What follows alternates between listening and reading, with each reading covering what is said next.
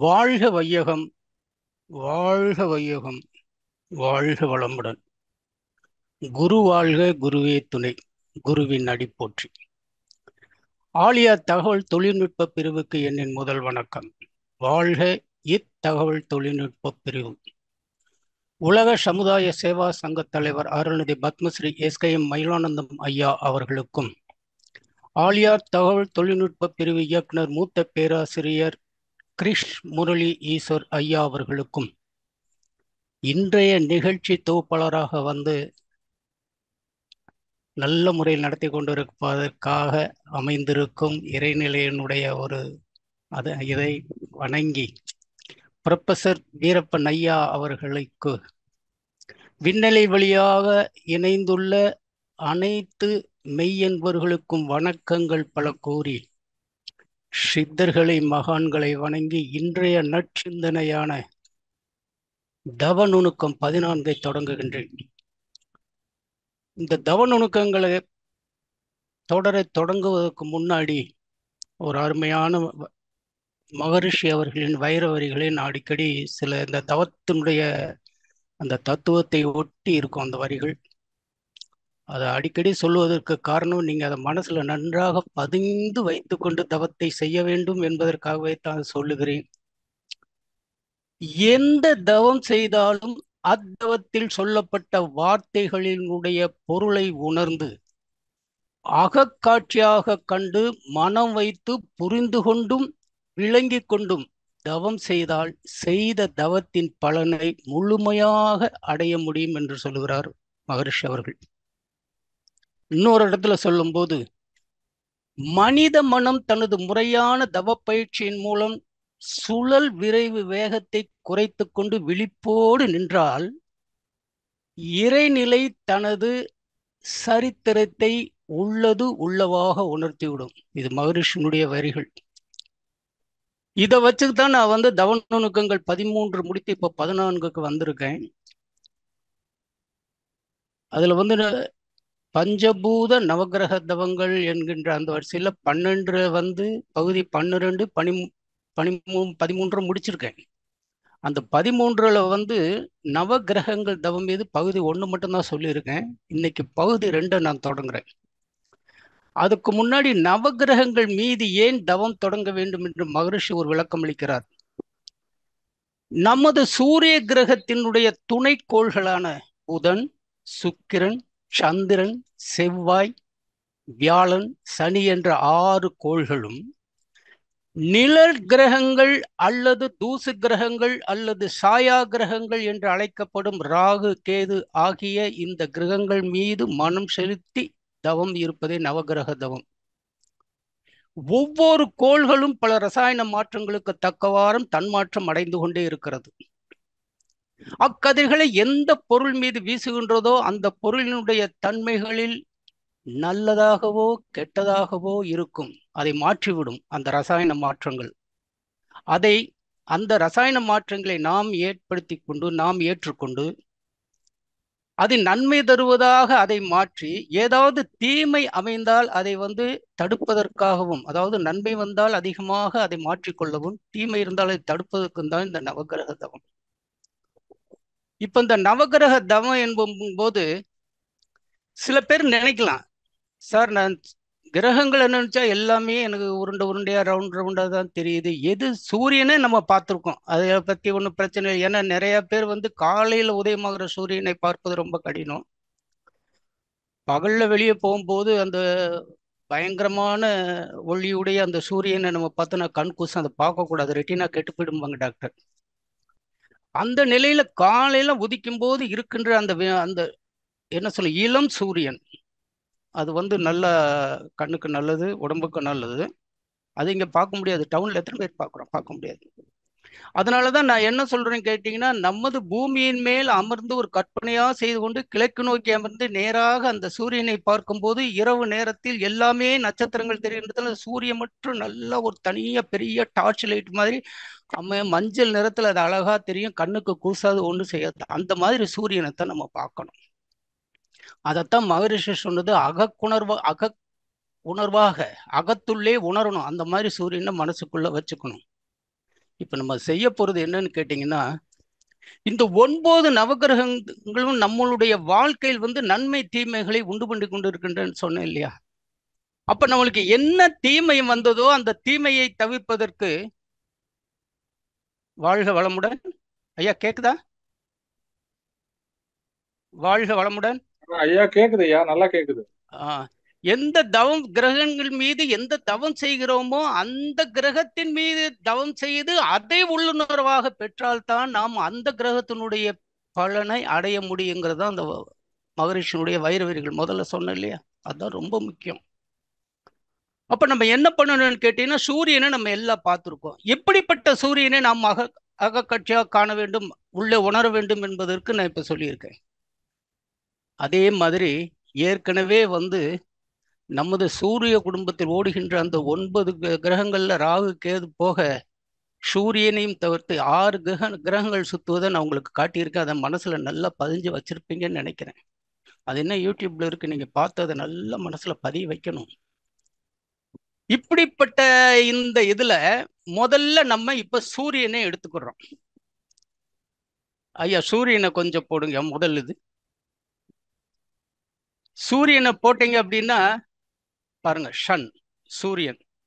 இந்த சூரியனை நீங்க என்ன பண்ணணும்னு கேட்டீங்க அப்படின்னா, நல்ல மனசுல வாங்கிங்க. இந்த சூரியனை நீங்க எப்ப பாக்குறீங்கன்னா, நல்லா வந்து பூமியின் மீது கிழக்கு நோக்கி நீங்கள் மட்டும் அமர்ந்து அந்த சூரியனை நேரா பார்க்கும்போது இந்த இது அப்படியே மனசுல வாங்கி, இந்த இடத்துல சிகப்பா தானே இருக்கு, ஆனா நம்ம என்னது அது ஆரஞ்சு நிறமான கதிர்களை வீசி கொண்டுள்ளது. அப்படி அந்த தூரமா இருக்கிற அந்த சூரியனை, ஆரஞ்சு நிறமா இருக்கிற சூரியனை அப்படியே பாருங்க. இந்த சிகப்பை மாத்தி ஆரஞ்சா பார்த்து அப்படியே பார்த்து அப்படியே மனசுக்குள்ள என்ன பண்ணுங்க, இந்த சூரியனை அப்படியே உங்க நெற்றி பொட்டுல வாங்குங்க. நெற்றி பொட்டுல நேரம் நல்ல மனசுல அப்படியே வந்து புருவத்திடையில வந்து அந்த ஆக்னை இருக்கு இல்லையா, அந்த ஆக்னையில் அப்படியே இந்த சூரியனை வாங்க. இப்ப வந்து தவம் வேண்டாம், நான் சொல்லும் போது நமக்கு செஞ்சா போதும். இப்ப நான் சொல்ற விளக்கத்தை மட்டும் கேட்டுங்க. இதை வாங்கணும். இதை வாங்கி அப்படியே என்ன பண்ணணும், புருவ மத்தியிலிருந்து ஆக்னா சக்கரத்திலிருந்து அப்படியே உள்ள அப்படியே கொண்டு போகணும். சுவாதிஷ்டானம் அப்படியே கொண்டு போய் மூலாதாரத்துல கொண்டு போய் நீங்க அப்படியே இருப்பு கட்டிடணும். மூலாதாரம் என்னது? கருமையம். எதுக்கு இதுல கருமையத்துல இருப்பு கட்ட சொல்றேன் அப்படின்னா, எப்பொழுது நீங்க சூரியன் மீது அதனுடைய நன்மைகள் உங்களுக்கு வேண்டும் என்று நினைக்கிறீர்களோ அந்த நேரத்தில் இந்த சூரியனை நீங்க நினைக்கும் போது அந்த கருமையத்துல இருந்து அந்த மூலாதாரத்துல இருந்து அது வந்து உங்க புருவ மத்தியில நிற்கும். அதை நீங்க உணர்வீங்க, நல்லா உணர்வீங்க. அப்ப அந்த நேரத்துல என்னன்னு கேட்டீங்க அப்படின்னா, அந்த சூரியன் அப்படியே பார்த்துக்கிட்டே இருக்கீங்க. இப்ப அப்படியே வாங்கணும். அப்ப அந்த சூரியனை பார்த்துக்கிட்டு வச்சுக்கிட்டு இருக்கும்போது அந்த சூரியன்ல வந்து என்னென்ன அந்த சூரியனை பற்றி மகரிஷி கூறுகின்ற சில கருத்துக்களையும் அப்படியே மனசுல ஓட விடணும். சூரியனை பார்த்து கொண்டே ஓட விடணும். என்னென்ன மகரிஷி சொல்லியிருக்கார் முக்கியமான கருத்துக்கள். இந்த சூரியன் தன்னைத்தானே சுற்றி கொள்வதற்கு 25 நாட்கள் ஆகின்றன. நல்லா கவனிங்க. இதனுடைய மைய நிலையில வந்து 1,40,00,000 டிகிரி செல்சியஸ் வெந்துகிட்டு இருக்குன்னு அந்த ஒளியினுடைய அந்த அந்த நெருப்பினுடைய கனலினுடைய அளவு எப்படி இருக்கும் பாருங்க. 1,40,00,000 டிகிரி செல்சியஸ் அப்படியே மனசுல பதிய வைக்கணும்ப்பா இவ்வளவு அப்படின்னு. நம்ம கழுத்துல போடுற ஒரு பெண்கள் போடுறாங்க இல்லையா ஒரு செயின், அந்த செயினுடைய கொதிநிலை 1000 டிகிரிக்குள்ளதான் வரும். இது 1,40,00,000 தாங்க முடியுமா? அந்த வெளிச்சம் தான் இன்னைக்கு நம்மள வந்து சித்திரை மாசத்துல தரையில கூட நடக்க முடியாத அளவு இருக்குன்னா அங்க மையத்துல எப்படி இருக்குன்னு பாக்குங்க. சுத்தி இருக்கிறதுல 6,000 டிகிரி செல்சியஸ். அதையும் கொஞ்சம் ஞாபகம் வச்சுக்கணும். இந்த ஆரஞ்சு நிறமான காந்தலை கழிவுகள் மனிதனுடைய உடம்பில் உள்ள எலும்புடன் தொடர்புடைய எலும்பு, அதை நம்மள பயந்துக்கணும். இந்த சூரியனை பார்க்கும்போது அந்த மஞ்சள் நிறமான காந்தலை கதிர்கள் அப்படியே நம்மள உடல்ல படியும் போது என்ன நினைக்கணும், ஓஹோ இது எலும்பு சம்பந்தப்பட்டது. அப்ப இதையே நினைச்சுக்கிட்டு இருந்தேன்னா எலும்பு உள்ள அந்த செல்கள் வந்து புத்துணர்ச்சி பெறும். ஏதாவது வந்து குறைவு தருகின்ற குறைவான செல்கள் தனது இயக்கத்தில் குறைவு ஏற்பட்டால் அதை சரி செய்யும் சக்தி இந்த ஆரஞ்சு நிறமான சந்திரனுடைய கதிர்களுக்கு உண்டு. அதை மறந்துடக்கூடாது. இதே மாதிரி என்ன பண்ணுங்கன்னா, அந்த எலும்பை பத்தி நம்ம நினைக்கும் போது எலும்பு வந்து அப்படியே கம்ப்ளீட்டா வந்து உறுதியாயிடும், நல்ல கனமாயிடும்.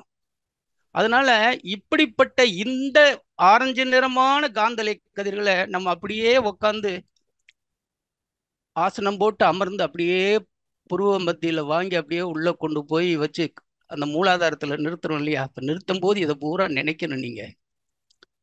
அதனால என்ன பண்ணுதுன்னு கேட்டீங்கன்னா, இந்த சூரியனிலிருந்து வருகின்ற ஆரஞ்சு நிறமான காந்தலை கதிர்கள் நமது உடல்ல எலும்புடன் தொடர்புடையது. அதே நமது வாழ்க்கையில் என்னன்னு கேட்டீங்கன்னா, இது தந்தை கிரகம் என்பார்கள். இந்த கிரகம் நன்றாக அமைந்தால் நம்ம தந்தை நன்றாக இருப்பார்கள். தந்தை கிரகம், புரியுதுங்களா? பிதாகாரகன்னு பேர் இதுக்கு.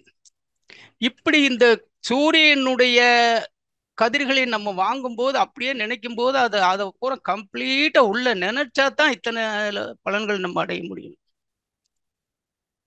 இன்னொன்னு பாருங்க, இந்த சூரியனுடைய மையத்துல தான் அணுக்கள் எல்லாம் அப்படியே கொதிச்சு கொதிச்சு கொதிச்சு செயலற்று போய்விடுங்கன்ற மகரிஷி. ஒரு அணுக்கள் கொதித்து செயலற்று போய்விட்டால் அது கருமை நிறமாக மாறும். கருமை நிறம் என்பது சுத்த வெளிக்கு சமானம். அது சுத்த வெளியினுடைய தன்மை. அதனாலதான் அந்த அணுக்கள் பிரம்மமாகி நிற்கின்ற நிலைம்பர் மகரிஷி. பிரம்மம்னா தெய்வம், கருமை நிறம் சுத்தவெளிக்கு. சுத்தவெளி தெய்வம் தானே, இறைநிலை தானே. அதனாலதான் அது பிரம்மமாகி நிற்கின்ற நிலைம்பர். அது மேல மேல அந்த இடத்துல அந்த அணுக்கள் பூரா அப்படியே சேர்ந்துகிட்டே இறந்த அணுக்கள், செயலற்ற அணுக்கள் சேர்ந்துகிட்டே இருக்கிறதுனால அங்க ஒரு ஆள் நிக்க முடியாம அது என்ன, சூரியனுடைய இரண்டு பக்கமும் அப்படியே ஒரு கருமை நிறமாக பாதை மாதிரி போய்கொண்டு இருக்குங்கிற மகரிஷி. அது எது வரைக்கும் போகுதான்? சூரியனுடைய விளிம்பை தாண்டி, சூரியனில் இருக்கின்ற அந்த பால்வெளி அண்டத்தையும் தாண்டி, பால்வெளி அண்டத்தை சுற்றி இருக்கின்ற கோடான கோடி அண்டங்கள் என்று அழைக்கப்படுகின்ற பேரியக்க மண்டலம், பிரபஞ்சம், யூனிவர்ஸ் என்பதையும் தாண்டி சுத்தவெளி வரை செல்கிறது. ஏன்னா அதை தாண்டிச்சனாலே சுத்தவெளியோட சேர்ந்தது தானே. அதுவும் இருட்டு, இதுவும் இருட்டு. அது வரைக்கும் தான் சுத்தவெளி வரை பரவி இருக்கும் பாரு. அதை ஒரு புறம் ராகு என்றும் மறுபுறம் கேது என்று அழைக்கிறோம். இந்த ராகு கேதுக்கள் என்பதுதான் கிரகங்கள் அல்ல. அவை சாயா கிரகங்கள், நிழல் கிரகங்கள். நான் முதல்ல சொன்னேன் இல்லையா, அந்த கிரகங்களை ஒட்டியது. இந்த ராகு கேதுக்கள் எதோட உடம்புல எதோட தொடர்புனா ஓஜி சக்தியுடன், சுத்த சக்தியுடன் தொடர்புடையன. அதனால நம்ம என்ன பண்ணணும்னு கேட்டீங்கன்னா, இந்த கதிர்களை நம்ம நல்லா வாங்கிட்டு கடைசியில அந்த மூலாதாரத்துல கொண்டு போய் இந்த சூரியனை நிறுத்தணும் இல்லையா? அப்படி நிறுத்தும் பொழுது நல்லா கொண்டு போய் நிறுத்திட்டு ஒரு சங்கல்பம் மாதிரி ஒன்று போடணும்.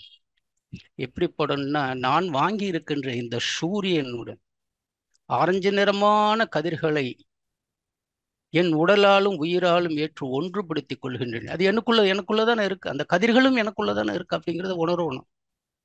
சூரியனுடைய ஆரஞ்சு நிறமான கதிர்கள் என் உடலாலும் உயிராலும் ஏற்று ஒன்றுபடுத்திக் கொள்கின்றேன். இக்கதிர்கள் எனக்கு எப்பொழுதும் நன்மையே செய்யட்டும், வாழ்க்கையில் எல்லா வளங்களையும் அளிக்கட்டும். அப்படி ஒரு சங்கல்பம் உடம்புக்குள்ள வந்துருச்சு, அப்படியே இருக்கு. சூரியன் அப்படியே இது பண்றோம். அப்புறம் என்ன பண்றோம், எப்பவாவது சூரியனை நினைக்கும் போது நம்ம டக்குன்னு அது எப்ப நினைக்கிறோமோ, அந்த அலைவரிசையில எப்ப பார்த்து அந்த சூரியனை நினைக்கிறோமோ அப்படி நினைக்கும் போது அது சூரியன் நம்ம கண்ணுக்கு முன்னாடி பூர்வ மத்தியிலிருந்து வெளிவந்து கண்ணுக்கு முன்னாடி நிற்கும். அப்படி நிற்கும் போதுதான் உங்களுக்கு அந்த சூரியனிலிருந்து, அது தந்தை கிரகம் இல்லையா, தந்தைக்கு வேண்டுங்கிற என்ன சௌரியமோ அந்த சௌரியத்தை கேட்கலாம். உடம்பு உறுதியுடன் இருக்கக்கூடிய சக்தி இந்த சூரிய கதிர்களுக்கு உண்டு. காரணம் என்னன்னு கேட்டீங்கன்னா, இந்த எலும்புடன் தொடர்பு. எலும்புங்கிறது இல்லைன்னா உடம்பு நிற்காது இல்லையா, விழுந்துரும் கீழே. அதனால உடம்பு உறுதியுடன் இருக்கக்கூடியது. அதுக்கு என்ன வேணுமோ அதுல ஏதாவது குறை இருந்தால் அதை கேட்கலாம். இதுதான் சூரியன் மேல நம்ம வச்சிருக்கிற. இப்படிதான் தவம் செய்யணும். நீங்க நவகிரக தவம் இருக்கும்போது அந்த சூரியனை நினைக்கும் போது அப்படி கொண்டுட்டு நினைங்க. வாழ்க வளமுடன். அடுத்தது புதனை பார்ப்போம். புதன் போடுங்கயா. இது புதன், மெர்க்குரி. அருமையான கிரகம் இது.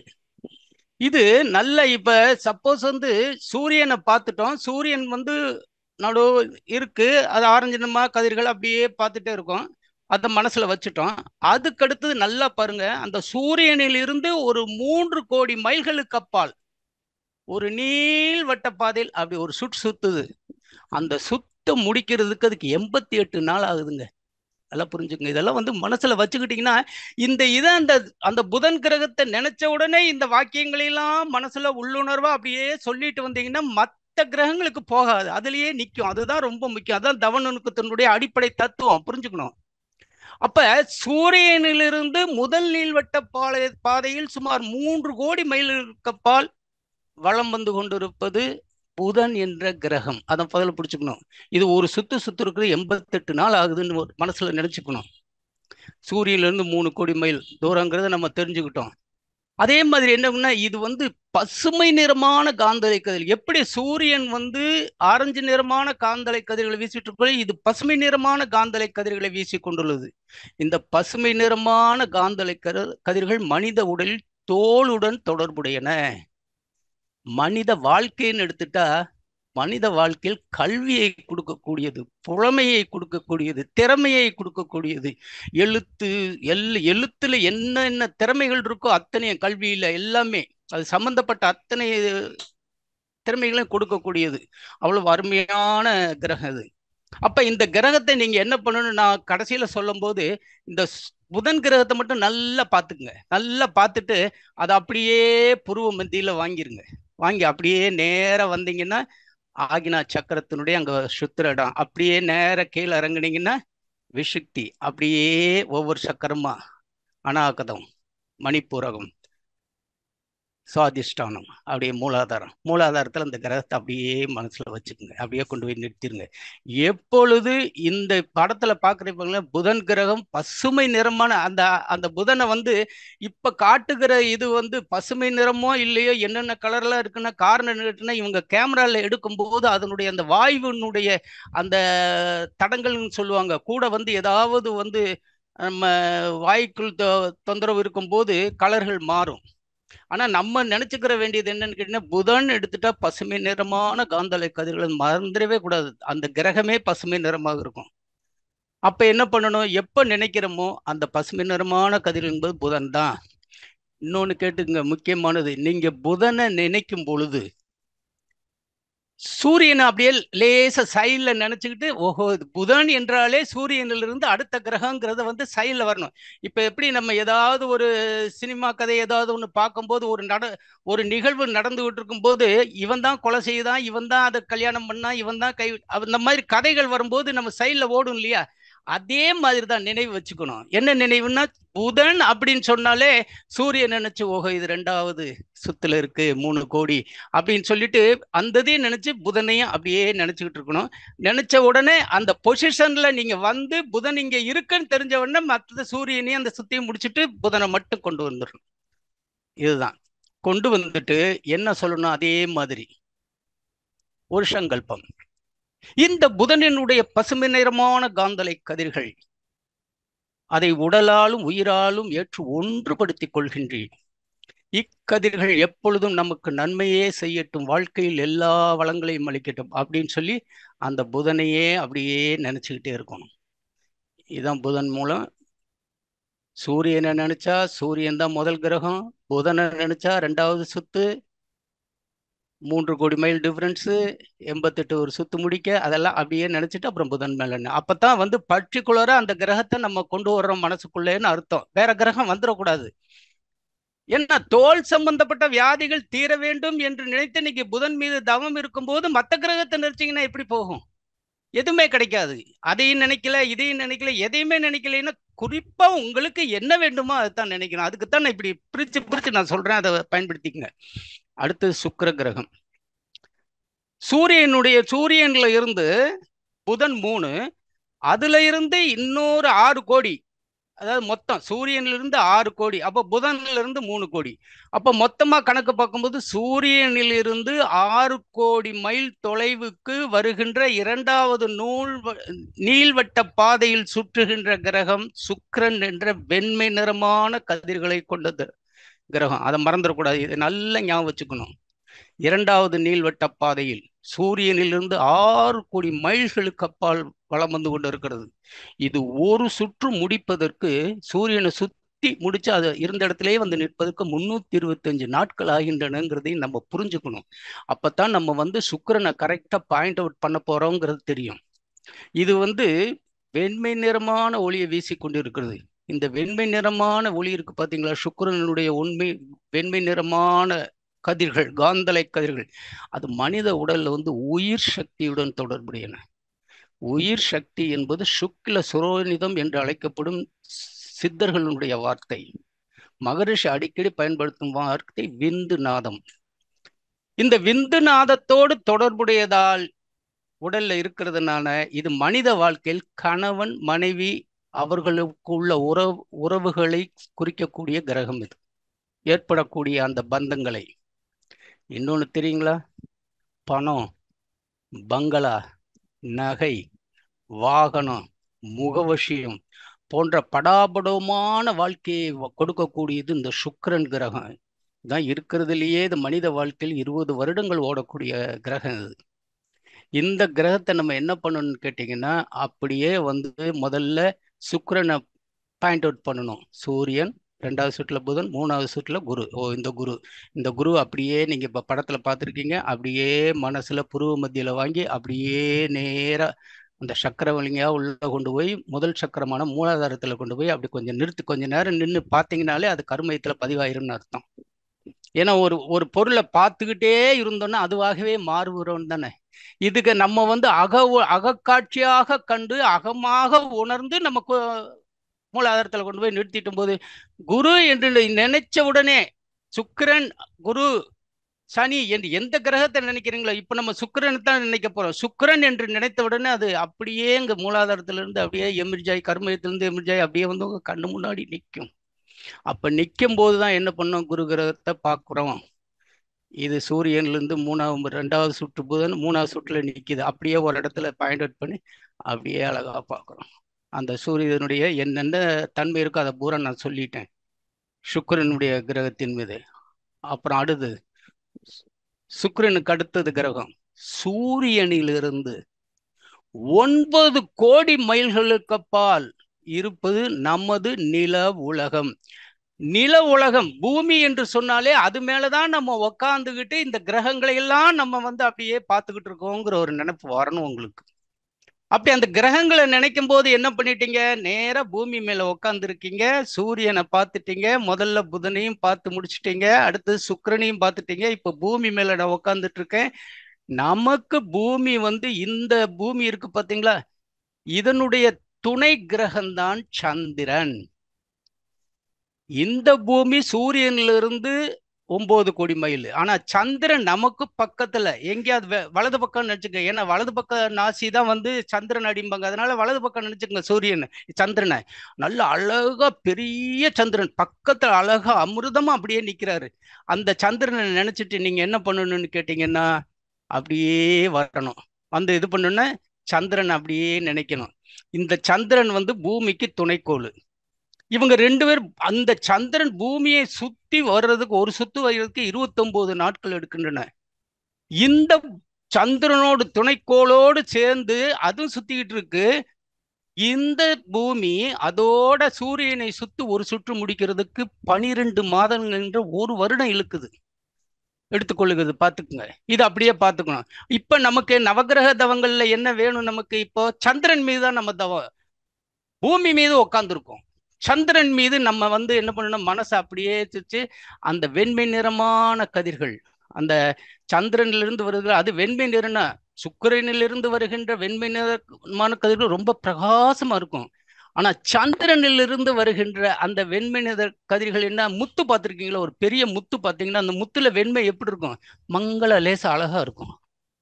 அந்த மாதிரி முத்து நிற வெண்மை, அந்த வெண்மை நிறமான கதிர்கள் வந்து என்ன பண்ணும், நம்ம வீசிக்கொண்டு இருக்கும். அது வந்து என்ன பண்ணும், நமது உடலில் இரத்த ஓட்டத்துடன் தொடர்புடையன. வாழ்க்கையில் இது வந்து என்னங்கிற, வாழ்க்கையில வந்து இது வந்து தாய் கிரகம்னு பேரு. எப்படி சூரியன் வந்து அமைப்பு நல்லா இருந்தோ தந்தைக்கு நல்லா நல்லா இருக்குமோ, அதே மாதிரி இந்த சந்திரன் அமைப்பும் சந்திர கிரகங்களின் வந்து காந்தலை கதிர்கள் நன்றாக இருந்தால் தாய்க்கு சுகமாக நல்லாக இருக்கும். அதோடு இதுக்கு மனக்காரகன் என்று பெயர், மறந்துடக்கூடாது. மனசு வந்து நல்ல மன ஆற்றல் கூடும். இந்த சந்திரனுடைய முத்து போன்ற காந்தலை வெண்மினமான காந்தலை கதிர்களை நீங்க வாங்கினீங்கன்னா மன ஆற்றல் கூடும். மனம் சஞ்சலிக்காது, பேதலிக்காது, எந்த திசையை நோக்கி திரும்பாது. நீங்க என்ன நினைக்கிறீங்களோ திடமா செய்யக்கூடிய சக்தி இந்த கதிர்களுக்கு உண்டு. அதனாலதான் இதுக்கு மனக்காரகன் என்று பெயர் ஜாதகத்துல. அவ்வளவு சக்தி வாய்ந்தது இந்த சந்திரன். அப்ப சந்திரனை என்ன பண்ணணும், நீங்க நேரம் அப்படியே பார்த்து பூமியில உட்காந்து சந்திரனை பாயிண்ட் அவுட் பண்றது எப்படின்னு பாருங்க. பூமியில உட்காந்துருக்கீங்க, எதிர்த்தாப்புல சூரியனை பாக்குறீங்க, அடுத்தது புதன் இருக்காரு, அடுத்தது சுக்கிரன் இருக்காரு, நம்ம 3வது சுத்தா நம்ம பூமியில உட்காந்துருக்கோம். நமக்கு வலது கை பக்கம் 2,30,000 மைல் பக்கத்துல, எல்லாமே கோடி கோடிங்கும் போது இது 2,30,000 மைல்கள் அப்படின்னா பக்கம், ரொம்ப பக்கம். அந்த அந்த அப்படியே அந்த சந்திரனையும் பார்க்குறோம். அப்படி பார்க்கும்போது சந்திரன் மேல அப்படியே நிற்கிறோம். அந்த சந்திரன் அப்படியே நம்ம என்ன பண்றோம், புருவ மத்தியிலிருந்து கொண்டு வந்து அப்படியே கொண்டு வந்து உள்ள கொண்டு வந்து மூலாதாரத்தில் கொண்டு வந்து ஸ்டெக்னஸ் பண்றோம். அது மூலாதாரத்தில் கொண்டு வந்து கருமையத்துல போய் நல்லா பதிஞ்சிரும். இதை அடிக்கடி செஞ்சீங்கன்னா, எப்பொழுது நீங்க நடந்துகிட்டு இருந்தாலும் சரி, படிச்சுக்கிட்டு இருந்தாலும் சரி, ஏதாவது ஒண்ணு சந்திரன் நினைச்சீங்கன்னா அங்கிருந்து வந்து உங்க கண்ணுக்கு முன்னாடி நிற்பாரு.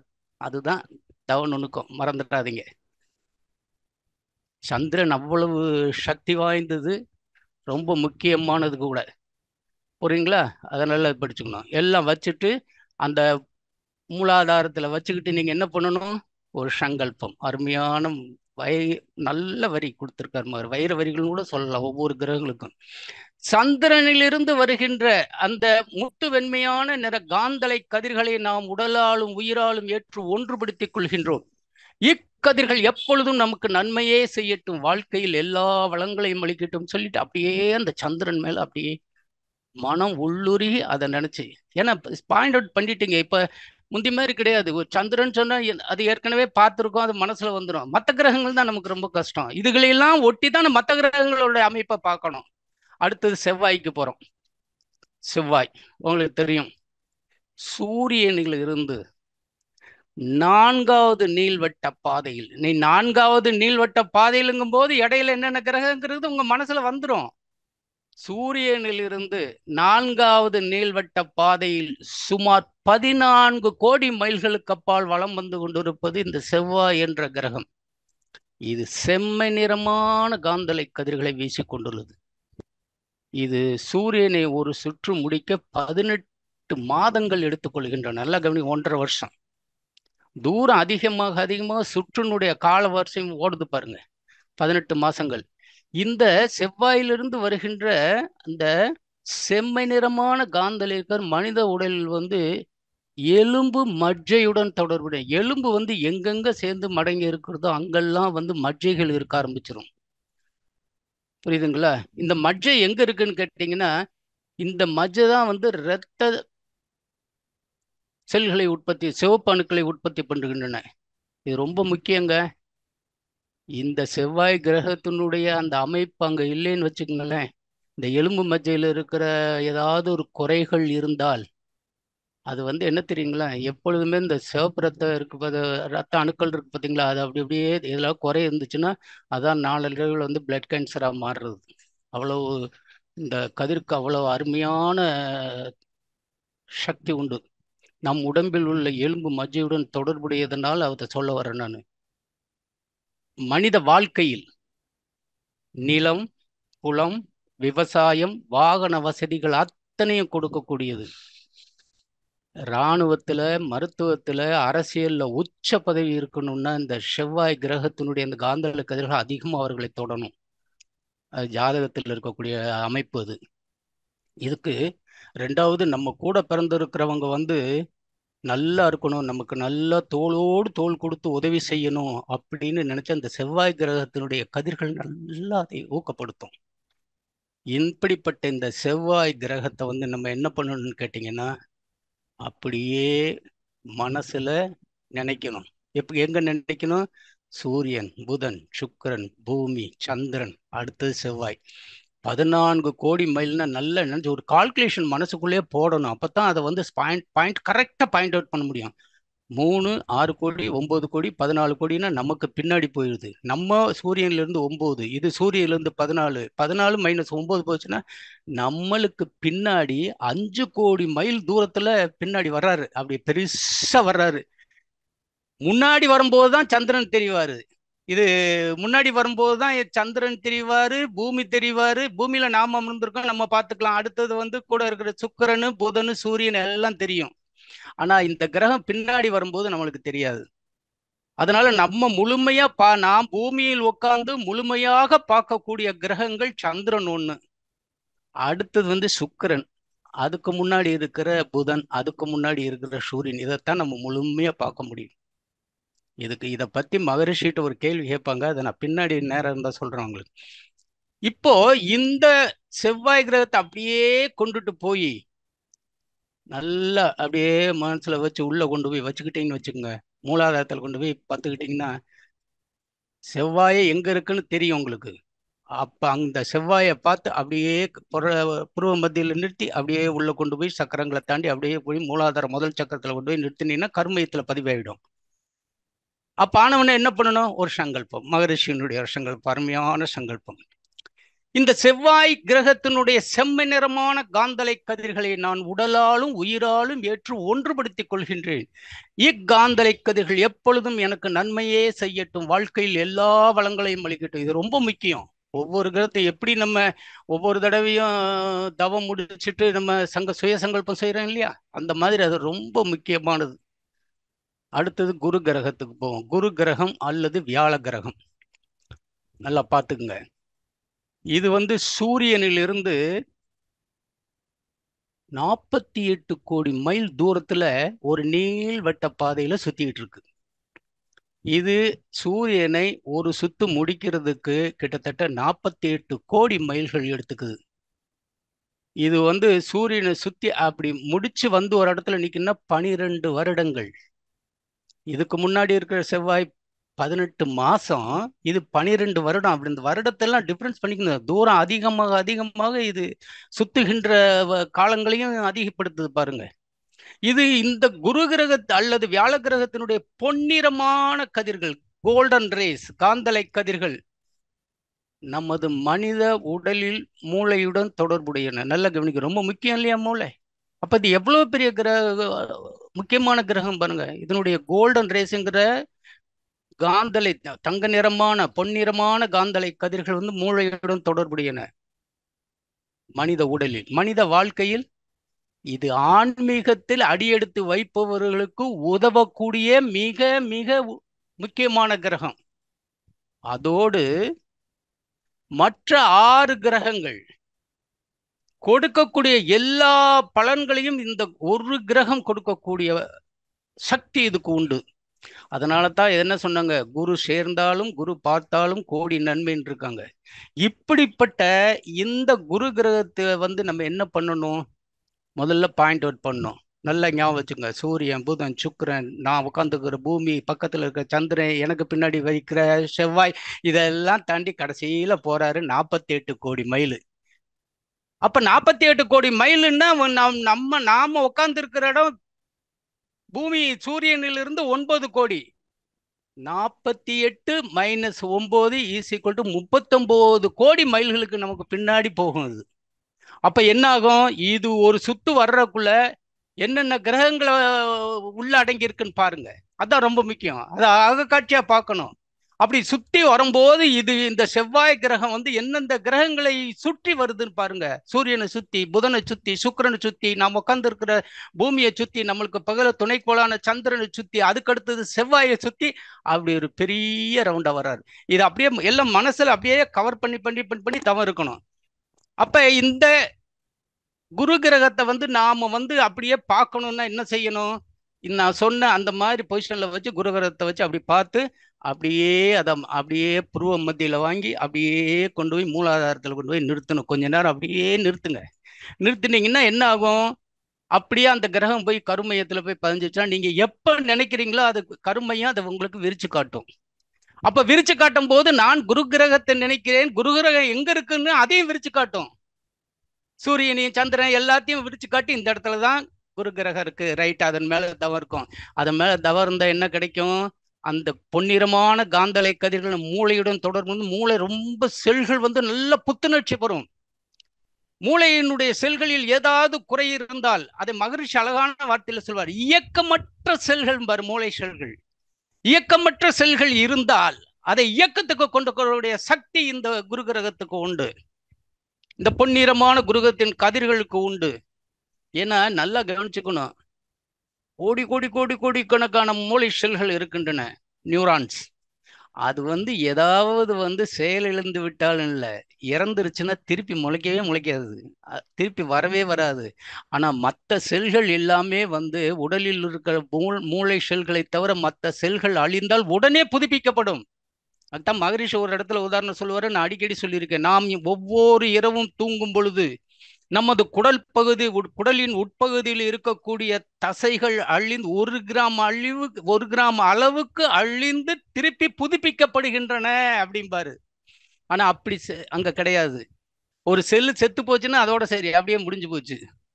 அதனாலதான் சொல்லுவாங்க, மூளைக்கு 3 to 4 நிமிடம் ஆக்சிஜன் போகலை அப்படின்னா மூளை சாவு வந்துடும். ரொம்ப முக்கியமானது. அதே மன இறுக்கம் அதிகம் ஆக ஆக ஆக அந்த மூளை செல்களுடைய அந்த இயக்கம் கொஞ்சம் கொஞ்சமா இது பண்ணி அது சாவு கொண்டு செல்கள் சாவு இயக்கமற்று கெட்ட நிலைக்கு போயிடும். அதனால இக்கதிர்கள் எவ்வளவு நன்மை இருக்கு பாருங்க. அப்ப குரு கிரகத்தின் மீது நாம் தவம் இருக்கணும்னா முதல்ல குரு கிரகத்தை நல்லா நம்ம பாயிண்ட் அவுட் பண்ணணும். சொன்ன மாதிரி எத்தனையோ கிரகம் ஓடிட்டு இருக்கு, அதில் குருகன்னு எடுக்கக்கூடாது. டக்கு டக்குன்னு பாயிண்ட் அவுட்டு. நான் சொன்ன மாதிரி சூரியன், புதன் அப்படியே அந்த வரிசையில் அப்படி நிற்கும் போது அந்த இதை மட்டும் ஒரு இடத்துல பார்க்கணும். குருகிரகத்தை அப்படியே நினைச்சு அதனுடைய பொன்னிறமான கதிர்களை அப்படியே உடல்ல வாங்கி அப்படியே முதல்ல பிராக்டிஸ் பண்ணிட்டீங்கன்னா அப்புறம் கடைசியில நீங்க குரு கிரகம்னு யாராவது பேசுனா உங்களுக்கு முன்னாடி நிப்பாருங்க. காரணம் என்ன? கருமையத்துல ஏற்கனவே வாங்கி வாங்கி வாங்கி வச்சிருக்கீங்க. எந்த அலைவரிசையில் எந்த பொருளை நீங்கள் உணர்கிறீர்களோ அந்த அலைவரிசையில் அந்த பொருள் உங்கள் கண்ணு முன்னாடி நிற்கும் என்பதுதான் மகரிஷியினுடைய வரிகள், தத்துவங்கள். பார்த்துக்குங்க, அதுவாகவே மாறுறோம். அப்ப அவர் சொன்ன மாதிரி எந்த தவம் செய்தாலும் அதனுடைய உண்மையான அந்த உருவத்தை உள்ளுணர்வாக உணர்ந்து அதனுடைய விளக்கத்தை புரிந்து கொண்டு தவம் செய்யணுங்கிறது அதான் காரணம். அப்ப அந்த மாதிரி செய்யும் போது என்ன பண்ணா, இப்ப அப்படியே உள்ள வாங்கிட்டோம், புருவ மத்தியில வாங்கி அப்படியே குருகரத்தை அப்படியே உள்ள கொண்டு போய் அப்படியே மூலாதாரத்துல வச்சுட்டோம். அது கருமையத்துல தான் வைச்சுங்க. ஒரு சங்கல்பம். இந்த குரு கிரகத்தினுடைய பொன்னிறமான காந்தலை கதிர்களை நாம் உடலாலும் உயிராலும் ஏற்று ஒன்றுபடுத்திக் கொள்கின்றோம். இக்கதிர்கள் எப்பொழுதும் நமக்கு நன்மையே செய்யட்டும், வாழ்க்கையில் எல்லா வளங்களையும் கொடுக்கட்டும். அடுத்தது சனி கிரகத்துக்கு போவோம். சனி அருமையான கிரகங்க, முக்கியமான ஒவ்வொரு கிரகம் தான் அருமையான கிரகம் தான். நல்லா நினைச்சு பாருங்க, சூரியனிலிருந்து சுமார் 88 கோடி மைல்கள்னா எவ்வளவு தூரம்? சூரியனிலிருந்து சுமார் 88 கோடி மைல்களுக்கு அப்பால் வலம் வந்து கொண்டிருப்பது சனி என்ற கிரகம். இது சூரியனை ஒரு சுற்று முடிப்பதற்கு 30 வருடங்கள் எடுத்துக்கொள்கின்றன. பாருங்க, தூரம் ஆக ஆக ஆக எப்படி புதன் 88, சுக்கிரன் அடுத்தது 225, அதுக்கு அடுத்தது பார்த்தா பூமி 12 மாசம், அதுக்கு அடுத்தது பார்த்தீங்க அப்படின்னா செவ்வாய் 18 மாசம், அதுக்கு அடுத்தது பார்த்தீங்கன்னா குரு எவ்வளவு 12, அதாவது 12 வருடம். பாருங்க, செவ்வாய் 1.5 வருஷம் 18 மாசம், அதுக்கடுத்தது குரு 12 வருடம். இப்ப சனி கிட்டத்தட்ட 30 வருடங்களுக்கு ஒரு முறை சுத்த முடிக்கிறாருன்னா எவ்வளோ பெரிய சுத்து போடுவார். அப்ப சனி கிரகமானது என்ன செய்யுதுன்னா எல்லா கிரகங்களையும் சுத்துதுன்னு மனசுல நினைப்பு வந்துருமா இல்லையா உங்களுக்கு? அப்ப சனி கிரகத்தை ஸ்பாட் அவுட் பண்ணணும்னா நீங்க சூரியனை இதே எல்லா கிரகம் நான் சொல்லிட்டு வந்த எல்லா கிரகங்களையும் நீ நல்லா பார்த்து அப்படியே மனசுல பதிஞ்சு அதை அப்படியே புருவ மத்தியில வாங்கி கொண்டு போய் மூலாதாரத்துல பதிஞ்சு காந்த கருமையத்துல பதிஞ்சிட்டீங்கன்னா எப்ப நினைப்போ அது முன்னாடி வரும் உங்களுக்கு. அதனுடைய தத்துவம். எந்த இதுவும் வேண்டாம், அம்மா எண்ணமே அலையாது. நான் சொன்னதை நல்லா இது பண்ணிட்டு வந்தீங்கன்னா இப்படி இந்த சனி கிரகத்தினுடைய சாம்பல் நிறமான கதிர்கள், காந்தலை கதிர்கள், அதை மறந்துடக்கூடாது. இந்த சனியினுடைய சாம்பல் நிறமான காந்தலை கதிர்கள் மனித உடலில் நரம்பு மண்டலத்துடன் தொடர்புடையன. நரம்பு மண்டலம் எவ்வளவு பெரிய தெரியுமா? அரும்பு கோணிடில் மலர் வாசம் குன்றாது. அரும்பு கோணி போயிடுச்சுன்னா மலர் கோணி போயிருமா? அப்ப மலரே கோணி போயிருந்தாலும் அது வாசம் போகுமா? போகாது. அரும்பு கோணிடில் மலர் வாசம் குன்றா. இரும்பு கோணிடில் யானையை அடக்கும் அங்குஷமாமே. கரும்பு கோணிடில் பாகும் வெள்ளமாமே. இந்த கரும்பு இப்படி குறுக்க மறுக்க வளைஞ்சிருந்தாலும் ஆலையில விட்டாச்சுன்னா என்ன ஆகும்? பாகு வந்துடும், அது வெள்ளமா மாறிடும். ஆனால் மனித நரம்பு கோணிடில் அதுக்கு நாம் என்ன செய்வது? எப்போ மனுஷனுக்கு நரம்பு கோணிடுச்சு அப்படின்னா படுக்கையில் போட்டுவிடும். படுக்கையில போட்டாச்சுன்னா நாட்களை எண்ண வேண்டியதான். அவ்வளவு மோசமான வியாதி அந்த நரம்பு இது பண்ணும். அதனால நரம்பு வந்து நம்ம ஒரு முக்கியமா அதை வந்து பந்தோஸ்தா பார்க்கணும். அப்படி நரம்பை பார்க்கும்போது அந்த நரம்புக்குண்டான உணவுகளை என்னென்ன உணவுகளை கை கொள்ள வேண்டுமோ எல்லாத்தையும் செய்து அதுக்கு மேலாக இந்த சனி கிரகத்தின் மீது நாம தவம் இருக்கணும். அப்ப சனி கிரகத்தின் மீது தவம் இருந்தால் அந்த சாம்பல் நிறமான காந்தலை கதிர்கள் நம்ம தலையிலிருந்து உச்சந்தலை வரைக்கும் உட்கார்ந்து அப்படியே இருக்கும்போது நரம்புகளில் உள்ள செல்கள் அனைத்தும் புத்துணர்ச்சி பெறும். அந்த நரம்பு செல்களில் ஏதாவது குறை இருந்தால் அதை போக்கி நல்லதாக ஆக்கக்கூடிய சக்தி அதுக்கு உண்டு. நல்லா புரிஞ்சுக்குங்க. ஒவ்வொரு நவகிரகம் எவ்வளவு நன்மை தரும் நவக்கோள்கள் இல்லையா? மகரிஷி சொன்னது நன்மை தரும் நவக்கோள்கள் என் அகத்தே காணுகின்றேன் நடனமாடும் காட்சியாய் தன்மயமாய் தானதுவாய். எப்படிப்பட்ட வரிகள்லாம் கொடுத்துருக்காரு. அந்த மாதிரி அந்த கிரகங்களை வந்து நினைக்கணும் அப்படின்னா இப்போ நம்ம சனியை நினைக்கிறேன்னு வச்சுக்கோங்க. எப்படி நினைப்பீங்க? முதல்ல இருந்து சூரியன் நினைச்சு அடுக்கடுக்கா நான் சொல்ற வார்த்தைகளை அப்படியே கொண்டு வந்து சனியை ஒரு இடத்துல நிறுத்தி இப்போ வந்து என்ன பண்றோம், அப்படியே புருவ மத்தியில வாங்கி அதையும் உள்ள கொண்டு போய் கருமையத்துல பதிவு, மூலாதாரத்துல பதிஞ்சிங்கன்னா கருமையத்துல ஆட்டோமேட்டிக்கா பதிவு. எப்போ நினைக்கிறீங்களோ அது எமர்ஜ் ஆகும். அப்ப அந்த கர்மயத்தின் இது வந்து என்னன்னு கேட்டீங்கன்னா உடம்பை பொறுத்தளவு நரம்பு மண்டலத்துடன் தொடர்புடையது. மனித வாழ்க்கையில் என்ன செய்யுது தெரியுமா? ஒரு மனிதனுடைய மரணத்தை குறிக்கக்கூடிய செயல் இந்த சரிக்கு உண்டு. ஏன்னா நரம்பு தான். நான் தான் சொன்னேன், நரம்பு வந்துச்சுன்னா அப்படியே கணக்கு எண்ணிட வேண்டியது. அதனால இதுக்கு மரணகாரகன் என்று பெயர். மரணத்தை கொடுக்கக்கூடிய இந்த கிரகங்கள் வந்து எந்த நேரத்தில் எந்த இடத்துல இருக்கு அப்படின்னு தெரிஞ்சாலே அவனுடைய ஆயுள் முடிவை அறிந்து கொள்ளலாம். புரியுதுங்களா? அதனால ஒவ்வொரு கிரகத்துக்கும் அருமையான தன்மைகள் உண்டு. அப்படிப்பட்ட அந்த கிரகங்களை வந்து எந்த கிரகத்தின் மேல என்ன வேணும் அப்படின்னு நினைச்சா அந்த கிரகங்களை நம்ம அதன் மேல முன்னாடி நிறுத்தி தான் நம்ம கொண்டுட்டு வரணுமே தவிர மொத்தமா நினைக்கிறதுல பிரயோஜனமே இல்லை. நகை வாங்கணும்னா நகை கடைக்கு தான் போகணும். பலசர கடையில போய் நகை கேட்டா சிரிக்க மாட்டாங்களா? அதே மாதிரிதான் எந்த கிரகத்துக்கு உங்களுக்கு வந்து தேவையோ அந்த கிரகத்தின் மேலதான் போகணும். நான் வாழ்க்கையில அது உடம்புல என்னென்னு சொல்லிட்டு வந்திருக்கேன். அந்தந்த இதுகளுக்கு தகுந்த இதை நீங்க நன்மையை பெறணும், தீமையை தவிர்க்கறதுக்குன்னு அந்தந்த கிரகத்தின் மேல நிக்கணும். அதான் ரொம்ப முக்கியம். இப்போ நம்ம என்ன பண்றோம் கேட்டீங்கன்னா உள்ள கொண்டு போயிட்டோம் சனி கிரகத்தினை.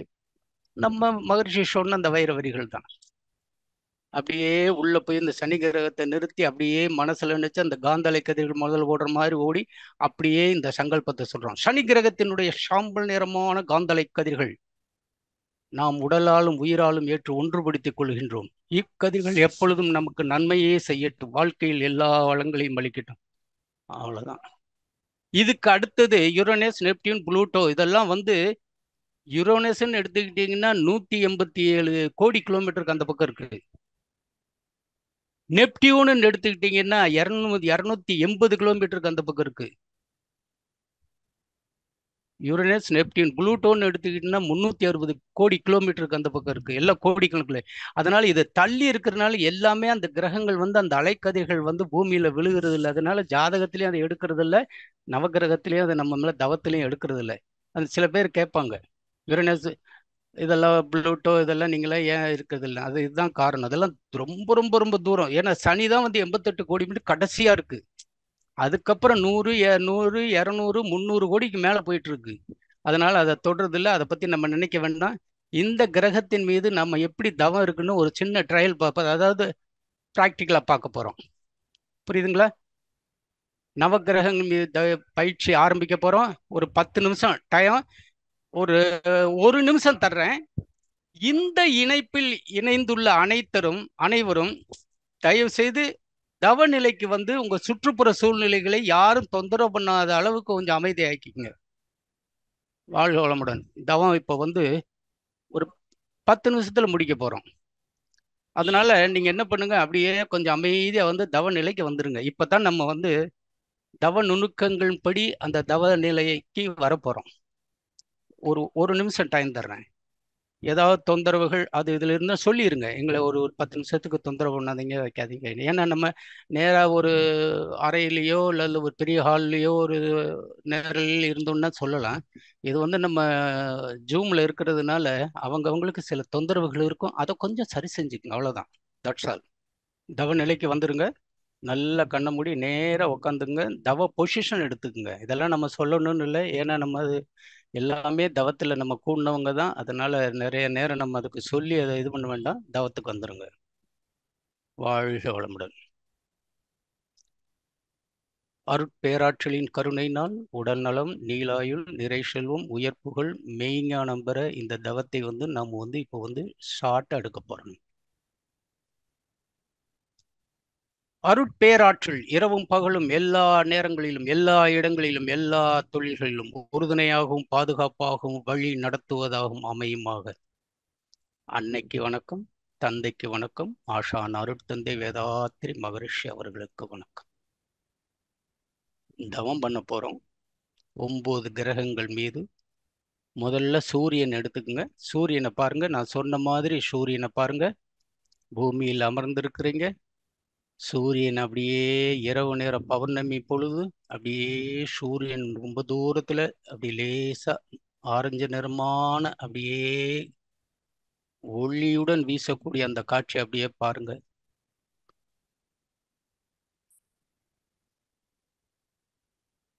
ஏற்கனவே நீங்க இந்த சூரியனை வந்து கருமையத்துல பதிஞ்சிருக்கிறதுனால இப்ப நினைச்ச உடனே இந்த சூரியன் வந்துருவார்.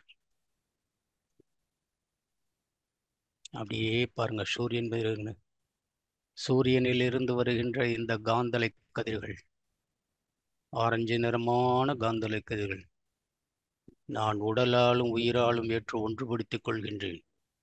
அப்படியே சூரியனிலிருந்து வர காந்தல கதிர்களை தலை உச்சியிலிருந்து அப்படியே உள்ள பூரா வாங்கி உங்களுடைய உடம்பே அந்த ஆரஞ்சு நிறமா காட்சியளிக்கிற மாதிரி பாருங்க. அப்படியே அதை உணர்ந்தீங்கன்னா உங்க எலும்பு செல்களில் உள்ள ஏதாவது குறை இருந்துச்சுன்னா அது பூரா போக்கிரும். உங்க எலும்புக்கு உறுதி கொடுக்கும். உங்களுடைய தந்தைக்கு வந்து நல்ல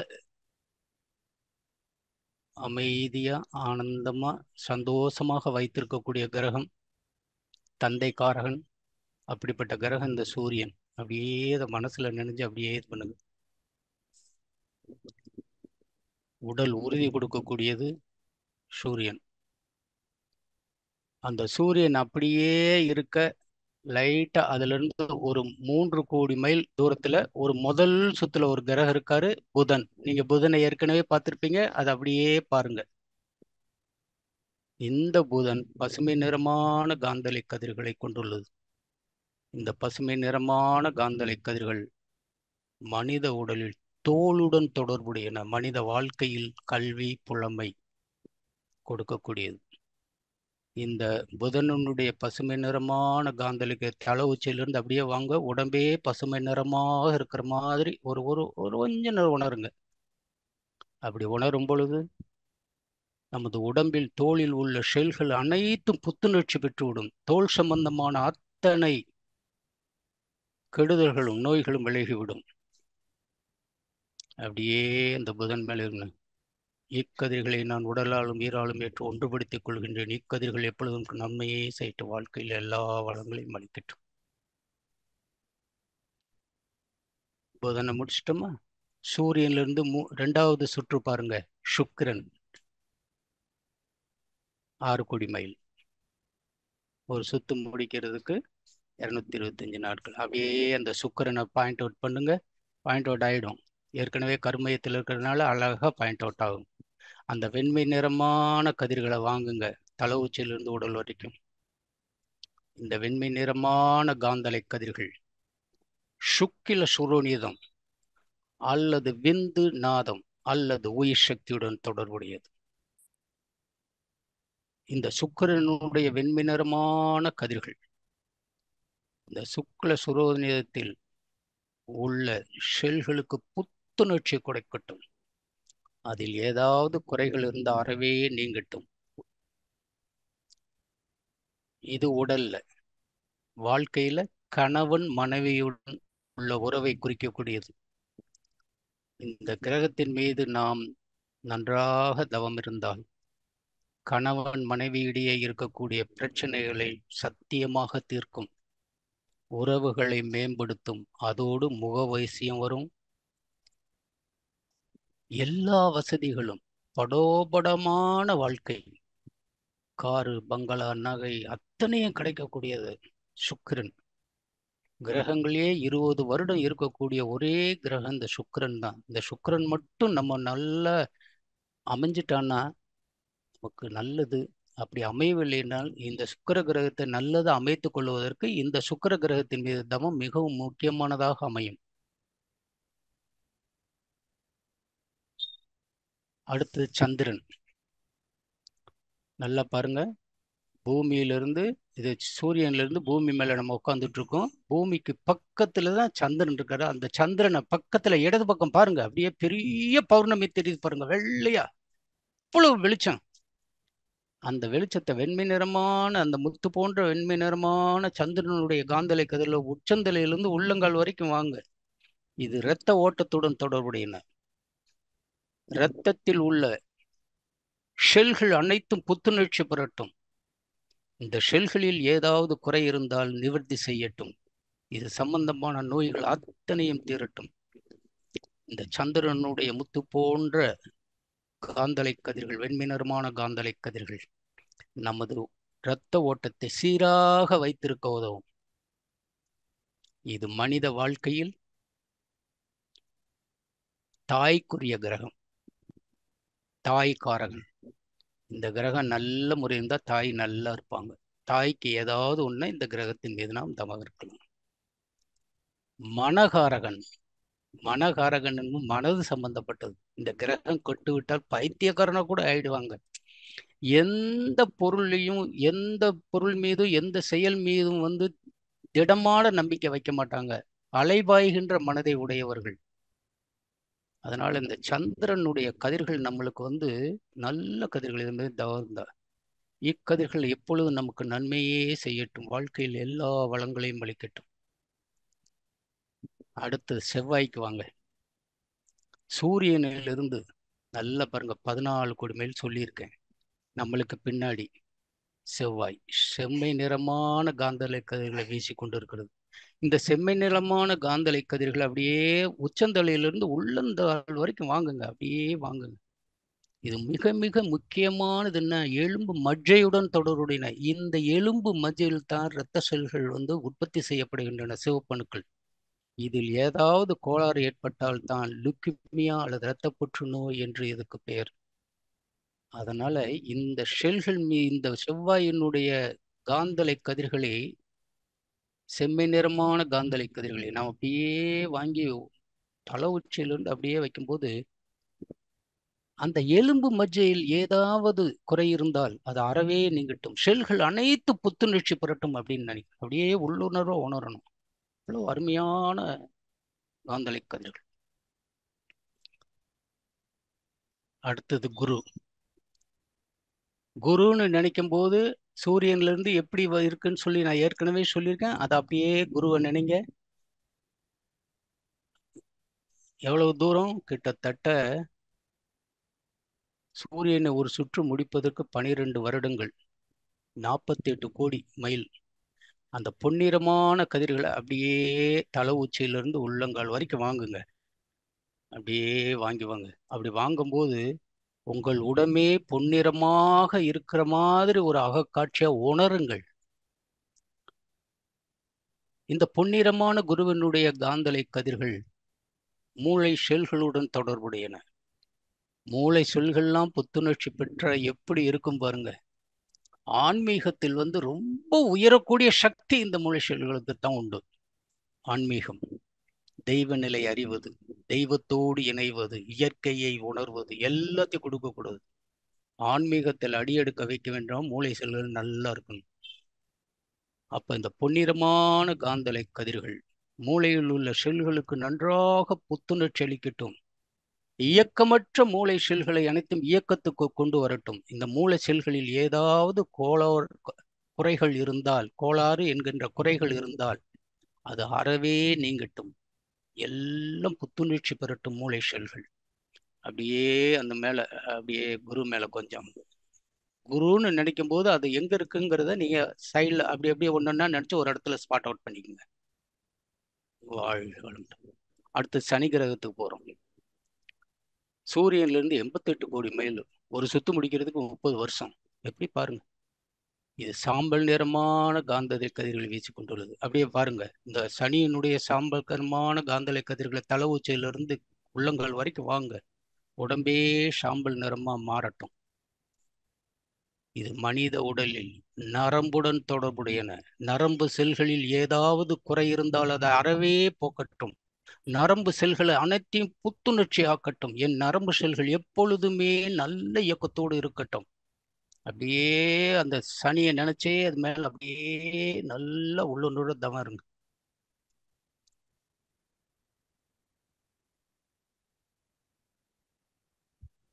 வாழ்க வளமுடன். இப்ப ராகு கேதுக்கு தான் போறோம். இதுக்கு தான் நிறைய பேத்துக்கு சந்தேகம் வருது. ராகு கேதுகள் அந்த கண்ணை நல்லா மூடிட்டு சூரியனுக்கே வாங்க. சூரியன்ல இருந்து நடு மையத்தை பாருங்க. பாருங்க அது எப்படி கொதிக்குது பாருங்க. 1,40,00,000 டிகிரி செல்சியஸ்ல கொதிக்குது. அப்படி கொதிக்கும் போது அந்த அணுக்கள் செயலற்று போகின்றன. தன்னுடைய தன்மையை இழந்து விடுகிறது. அப்படி இழக்கும் பொழுது அது கருமை நிறமாக மாறுகிறது. கருமை நிறமாக மாறும் பொழுது அது சுத்த வெளிக்கு உண்டான ஈடு இது. அப்ப சுத்த வெளியும் அது ஒன்றாக இருக்கும் பொழுதுதான் மகரிஷி அதை அருமையான வார்த்தையானதை பிரம்மமாகி நிற்கின்ற நிலைம்பார். அதை மறந்துடக்கூடாது.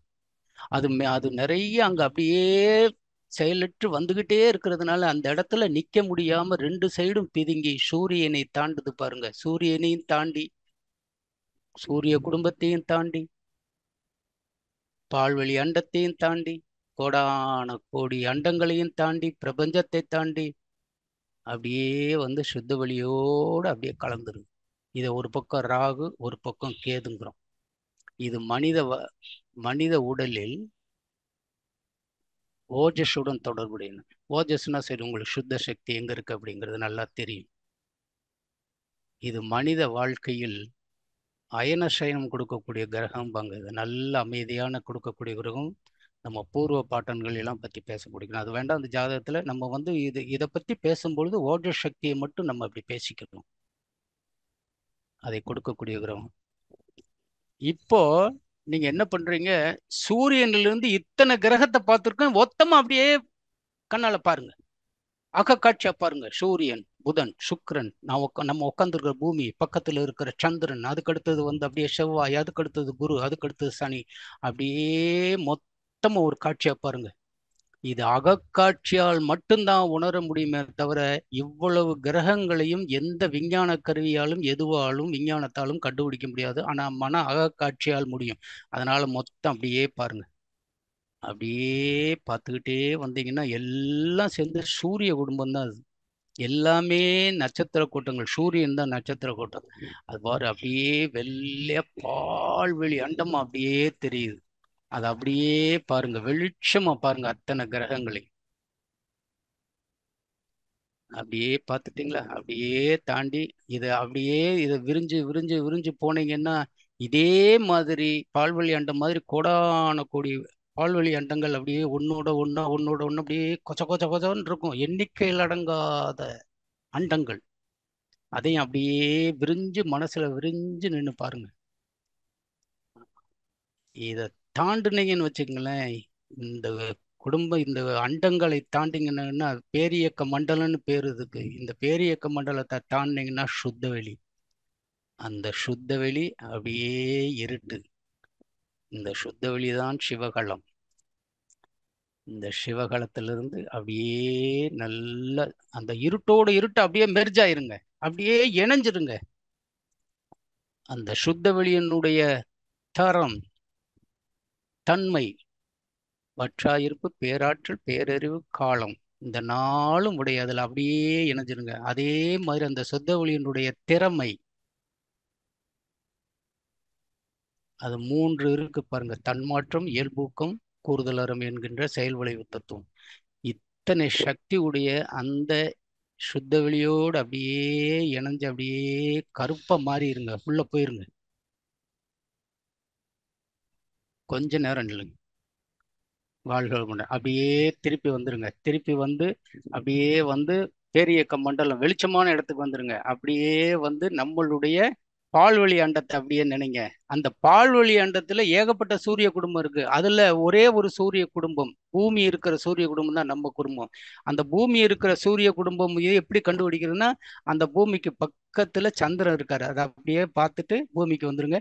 பூமியில அப்படியே உக்காந்துருங்க. உக்காந்துருந்து நேரா அப்படியே பூமிக்குள்ள இறங்கி நம்ம இந்தியா மேப் இருக்குல்ல, அதுக்குள்ள அப்படியே வந்து உங்களுடைய நீங்க தவம் செய்யற அந்த இடத்துல வந்து உக்காந்து அந்த இடத்த பூரா அப்படியே வச்சு நீங்க மையத்துல உட்காந்து தவம் செய்யறத அப்படியே பாருங்க. அப்படியே பார்த்துட்டு தலை உச்சிக்கு வந்துருங்க. தலை உச்சியில வந்துக்கிட்டு அந்த தவ ஆற்றலை அப்படியே உடல் முழுவதும் பரப்புங்க. சங்கல்பம் பண்ணுவோம். சிம்பிள் ஒரு சங்கல்பம்.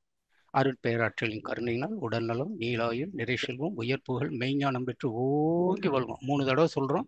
அப்படியே சொல்லிட்டு அந்த ஆற்றலை அடுத்தது மனைவிக்கு கொடுக்குறோம், அடுத்தது குழந்தைகளுக்கு கொடுக்குறோம், அடுத்தது வந்து நம்ம உடன் பிறந்தவர்களுக்கு கொடுக்குறோம், அடுத்தது நம்ம சுற்றத்துக்கு கொடுக்குறோம், அடுத்தது நம்ம நண்பர்களுக்கு கொடுக்குறோம், அடுத்தது வந்து என்ன, அதே ஆற்றலை வந்து நம்மளுடைய எதிரிகளை பூரா திருத்துவதற்கு அவங்களுக்கு சந்தர்ப்பம் கொடுக்குறோம். அதே ஆற்றலை இந்த தவத்துக்கு கொடுத்த நம்ம இந்த அருமையான தவத்தை அமைத்து கொடுத்த மகரிஷியுடைய வேதாத்திரியத்தினுடைய வாழ்க வளமுடன் அவர் கொடுக்குறோம். அடுத்து அப்படியே போகிறோம். அப்படியே எல்லாத்தையும் போய் உலகத்தில் உள்ள அத்தனை தவ மையங்களையும் அத்தனை மனவள கன்றோங்களையும் அப்படியே வாழ்த்துறோம். அந்த வருஷப்படி ஆர்டர்படி அப்படியே வந்து தவத்தை அப்படியே செஞ்சு கடைசியில் எப்படி முடிக்க முடியுமோ முடிக்கணும். வாழ்க வளமுடன், வாழ்க வளமுடன், வாழ்க வளமுடன். தொடர்ந்து ஐயா அவர்கள் நம்முடைய கேள்விகளுக்கு சிறப்பாக பதிலினை அளிக்க இருக்கின்றார்கள். கேள்வி கேட்க விரும்பும் அன்பர்கள் தங்களுடைய கேள்விகளை சுருக்கமாக கேட்குமாறு அன்போடு கேட்டுக்கொண்டு, முதலாவது அன்பராக ராஜாராமன் ஐயா சென்னையிலிருந்து கைபேசி வாழ்க வளமுடன். வாழ்க வளமுடன் ஐயா, வாழ்க வளமுடன். சொல்லுங்கய்யா. வாழ்க வளமுடன். நல்ல அருமையான தவறுக்கம் கொடுத்தீங்கய்யா. எல்லா கிரகத்தினுடைய படங்கள்லாம் போட்டு நல்லா விளக்கம் கொடுத்தீங்க. ரொம்ப மனசுல அப்படியே பயஞ்சுது. அப்படியே சரி, நல்லா இருந்தது ஐயா. எனக்கு கேள்வி வந்து சொல்லுங்க. 2 கேள்வி மனசுல எழுப்பின்னு இருக்கு. முதல் கேள்வி வந்து, இப்போ நம்ம மற்ற தவங்கள்லாம் பண்ணிட்டு கடைசியில தவம் முடிவுல தவ ஆற்றல் உடல் முழுவதும் பரவட்டம், உடல் உள்ளம் மேன்மையின் தூய்மை அடையட்டும் சொல்லிக்கிறோம். இந்த மாதிரி தவ ஆற்றலை உடல் முழுக்க பரவிட்டு இருக்கோம். இந்த நாகர்கள் மீது எண்ணத்தை வச்சு அந்த ஆற்றலை வாங்குறதுக்கும் என்னைய வித்தியாசம்? எது நல்லது? எப்படி மீது மேன்மை? அதாவது 2வது சொன்னீங்க, அது இன்னொரு தடவை சொல்லுங்க. தவ ஆற்றல் உடல் முழுவதும் பரவட்டும்னு சொல்றோம். இன்னொன்னு என்னமோ சொன்னீங்களா? சொல்லுங்க, சரியா கேட்கல. இந்த பஞ்சபூதங்களும் பஞ்சபூதங்கள் அத நம்ம இணைச்சுக்கிறோமா? அதுக்கு என்ன வித்தியாசங்கிறோம்? அதாவது வந்து முதல்ல தவ ஆற்றல் உடல் முழுவதும் பரவட்டும் அப்படின்னா நல்லா கவனிக்கணும். நம்ம தவம் என்பது வந்து ஆக்னையிலிருந்து தான் ஆரம்பிக்கிறோம் இல்லையா? ஆமா ஆமா. அப்ப ஆக்னையில ஆரம்பிக்கும்போது ஆக்னை என்பது ஆன்மீக திருப்பு முனை. அதை நல்லா புரிஞ்சுக்கணும். தவம் என்பது ஆக்னையில ஆரம்பிக்கும் போது அது ஒரு ஆன்மீக திருப்பு முனையாகுது. அப்படி ஆன்மீக திருப்பு முனை ஆகும் போது தவ ஆற்றல் வந்து எப்படி பெறணும் அப்படின்னு கேட்டீங்கன்னா, நேர தலை உச்சிக்கு துரியத்துக்கு போகும்போது அங்க வந்து இறைநிலை வாயிலுங்கிறத, அதுக்கப்புறம் மேல போகும்போது தான் வந்து பேரியக்க மண்டலம் சுத்தவெளி இல்லையா? அப்ப ஏற்கனவே நீங்க என்ன பண்றீங்கன்னு கேட்டீங்கன்னா, தவ ஆற்றல் வந்து எங்கெங்க வாங்குறீங்க? முதல்ல ஆக்னேயல் வாங்கும் பொழுது உங்களுக்கு வந்து என்ன ஆகுதுன்னு கேட்டீங்கன்னா, உங்களை உயிரினுடைய அந்த உணர்வை பெறுறீங்க. அந்த உயிரினுடைய சக்தி தான் வந்து உச்சியில நிற்கும் போது துரியத்துல இருக்கு. அங்கிருந்து அந்த சக்தி வெளியே போகும்போது பேரியக்க மண்டலத்துல வந்து அந்த சக்தி இழிக்கும். அதாவது தவ ஆற்றலை பத்தி பேசுற, நல்லா கவனிச்சுங்க. அப்ப அந்த தவ ஆற்றல் அந்த பேரியக்க மண்டலத்துல வந்து நிற்கும் பொழுது மகரிஷி அடிக்கடி அந்த பேரியக்க மண்டலம் என்று சொல்லப்படுகின்ற அந்த பிரபஞ்ச காந்த களம்ங்கிற வார்த்தையை யூஸ் பண்ணுவார். அதை மறந்துடக்கூடாது நீங்க.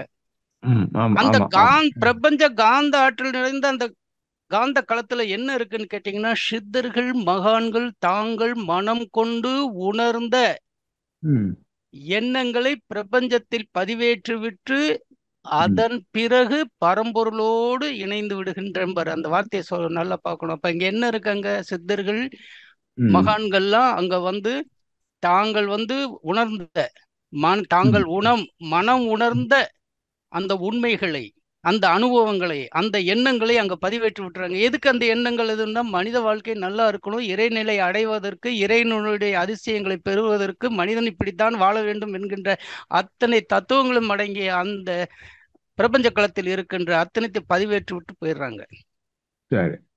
நம்ம மகரிஷி அடுத்த வார்த்தை என்ன போடுவான்னு கேட்டீங்கன்னா, நம்மளுடைய வீரியத்தின் தன்மைக்கேற்ப, வீரியம் என்னன்னா தவத்தை கருமையா செய்யறது, சீர்தமம் முறையாய் செய்தேங்கிறது அதான் வீரியம்.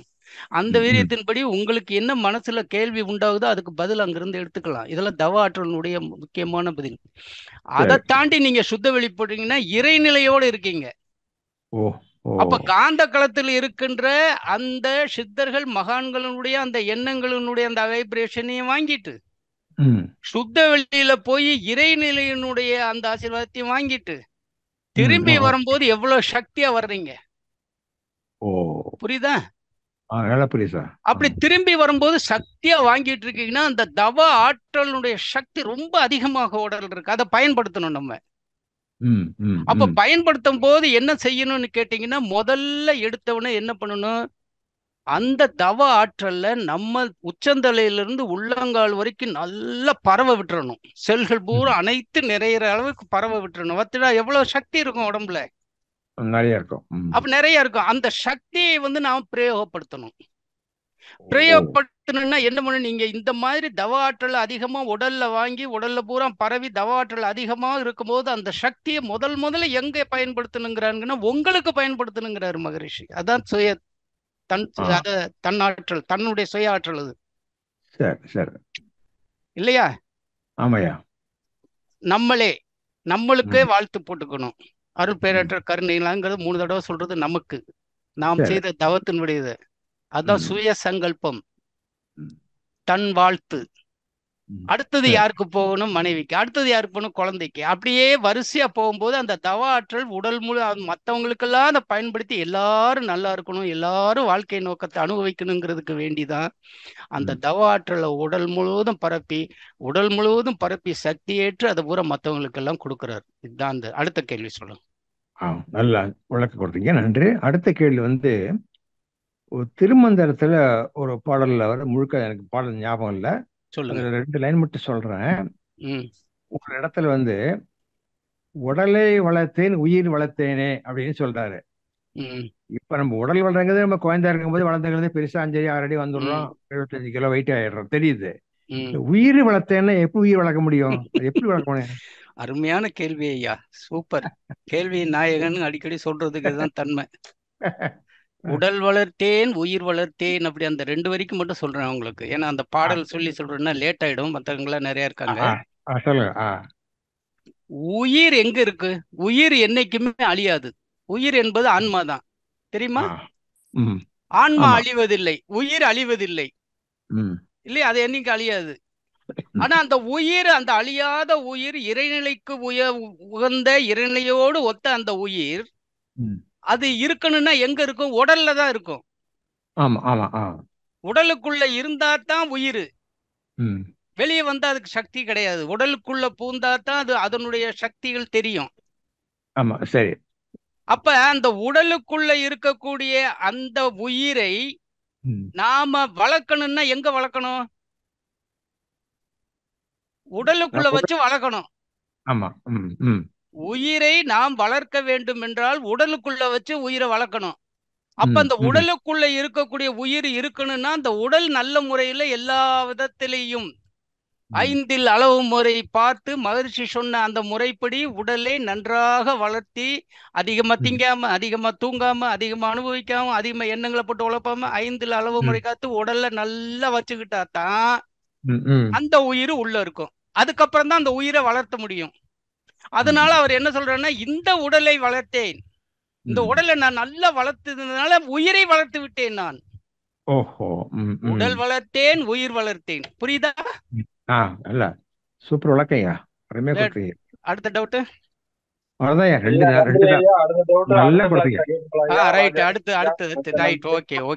வாழ்க வளமுடன். தொடர்ந்து ராஜ்குமார் ஐயா சேலம், சுருக்கமா கேளுங்க ஐயா. வாழ்க வளமுடன். அன்மியூட் செய்து கொள்ளுங்க. ஐயா வாழ்க வளமுடன் ஐயா. வாழ்க வளமுடன். ராஜகுமார் ஐயா சொல்லுங்க. சேலம் ஐயா, இப்ப செயல் விளைவு தத்துவத்துப்படி என்ன செயல் செய்யணுமோ அதுக்கான விளைவு கூடவோ குறைச்சலோ இல்லாம சரியான விகிதத்தில் வரும், அது இறைநீதி. அப்படிங்கிறப்ப நவக்கோள்கள் மீது நாம் தவம் இயற்றி தீமை விளைவிக்க கூடியதாக இருந்தாலும் அது நன்மையாகவே அமையட்டும் அப்படின்னு நம்ம தவம் இயற்றினா இந்த இடத்துல செயல் விளைவு தத்துவம் கொஞ்சம் முரண்பாடு இல்லைங்க, இருக்கு விளக்கம் கொடுங்க. செயல் விளைவு தத்துவம் கண்டிப்பாக வரும், அதில் எந்த மாற்றமும் இல்லை. ஆனால் அந்த வருகின்ற அந்த அதிகமான துன்பங்களை குறைக்கிறது நல்லது இல்லையா? நல்லா கவனிச்சுக்க. ஒரு செயல் விளைவு தத்துவத்தால் அவன் திடீரென்று இந்த ஒரு விபத்துல மரணம் அடைய போறான்னு ஜோசியர் சொல்லிட்டார். ஐயா போகாத, கார் எடுக்காத, சைக்கிள்ல ஓட்டாத, பைக்ல போகாத, எங்கேயும் போகாத, பிரயாணத்தை தவிர்த்துரு அப்படின்னு சொல்றாரு இல்லையா ஜோசியர்? அப்ப அந்த நேரங்கள்ல இருக்குங்கிற பொழுது இவங்க என்ன நினைச்சுட்டா, சரி இதுல இருக்கு, இந்த நேரங்கள் இது நடக்க போகுதுன்னு சொல்லிட்டு மனவளக்கலை மன்றத்துல இருந்த அன்பர்களா இருந்தா தவத்துல உட்காந்துருவாங்க. அந்த கிரகத்தின் மீது எந்த கிரகம் நமக்கு அந்த நேரத்துல தீமை செய்ய போகுதா அப்படின்னு அந்த கிரகத்துல உட்காந்துருவாங்க இல்லையா? ஆனா ஒண்ணும் தெரியாதவங்க என்ன பண்ணுவாங்க, அப்படியே போன போகட்டும் சொல்லும்போது அதை அந்த விளைவை அனுபவிச்சுதான் ஆகணும். ஆனா அதே நேரத்துல அந்த வருகின்ற விளைவை தீமையிலிருந்து தடுத்து கொள்வது என்பது மரணம் அடைவதிலிருந்து அடுத்த நிலைக்கு கொஞ்சம் இறங்கி போய் உயிர் பெற்று விடுவது, அது பெரிய புண்ணியம் இல்லையா? இல்லையா? இப்ப தூக்கு தண்டனை போட்டு இன்னும் நல்ல வாதாடி வாதாடி சுப்ரீம் கோர்ட் போட்டோம்னா ஆயில மாத்துறாங்களா இல்லையா? எத்தனை பேத்துக்கு தூக்கு தண்டனை ஆயிலா மாறுது? அப்ப என்ன அர்த்தம் கேட்டா, அந்த நேரத்தில் தூக்கு தண்டனை கீழ்கோர்ட்டில் விதித்து விட்டார்கள், நம்ம மேல என்ன பண்ணணும்னு சொல்லும் போது ஐயோ நான் தவறே செய்யவில்லை என்ற உள்ளமாக வருந்தி ஆன்மீகத்தில் ஈடுபட்டு ஏதோ ஒரு நிலையில் உள்ளுணர்வாக நான் அதை செய்யவில்லை என்று சொல்லி சொல்லி சொல்லி ஏதாவது நல்ல காரியங்களை செய்து கொண்டு இருக்கும் பொழுது அந்த காரியத்தினுடைய பலனாக அந்த சுப்ரீம் கோர்ட் என்று சொல்லப்படுகின்ற மேல் கோர்ட்ல சரி தூக்கு தண்டனையை ரத்து செஞ்சுட்டா நீ ஆயுள் தண்டனை அனுபவிச்சுட்டு போ இருக்கா இல்லையா? செயல் விளைவு தத்துவம் இது குறையுதா இல்லையா?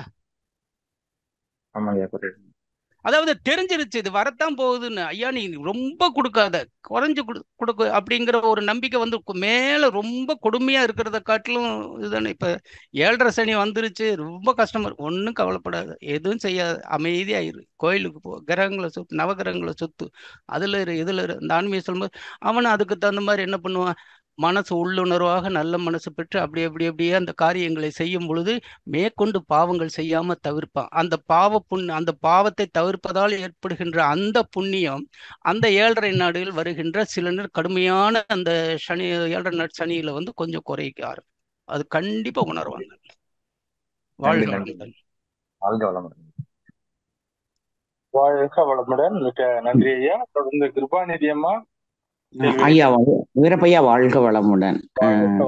ஐயா வாழ்க வளமுடன் ஐயா.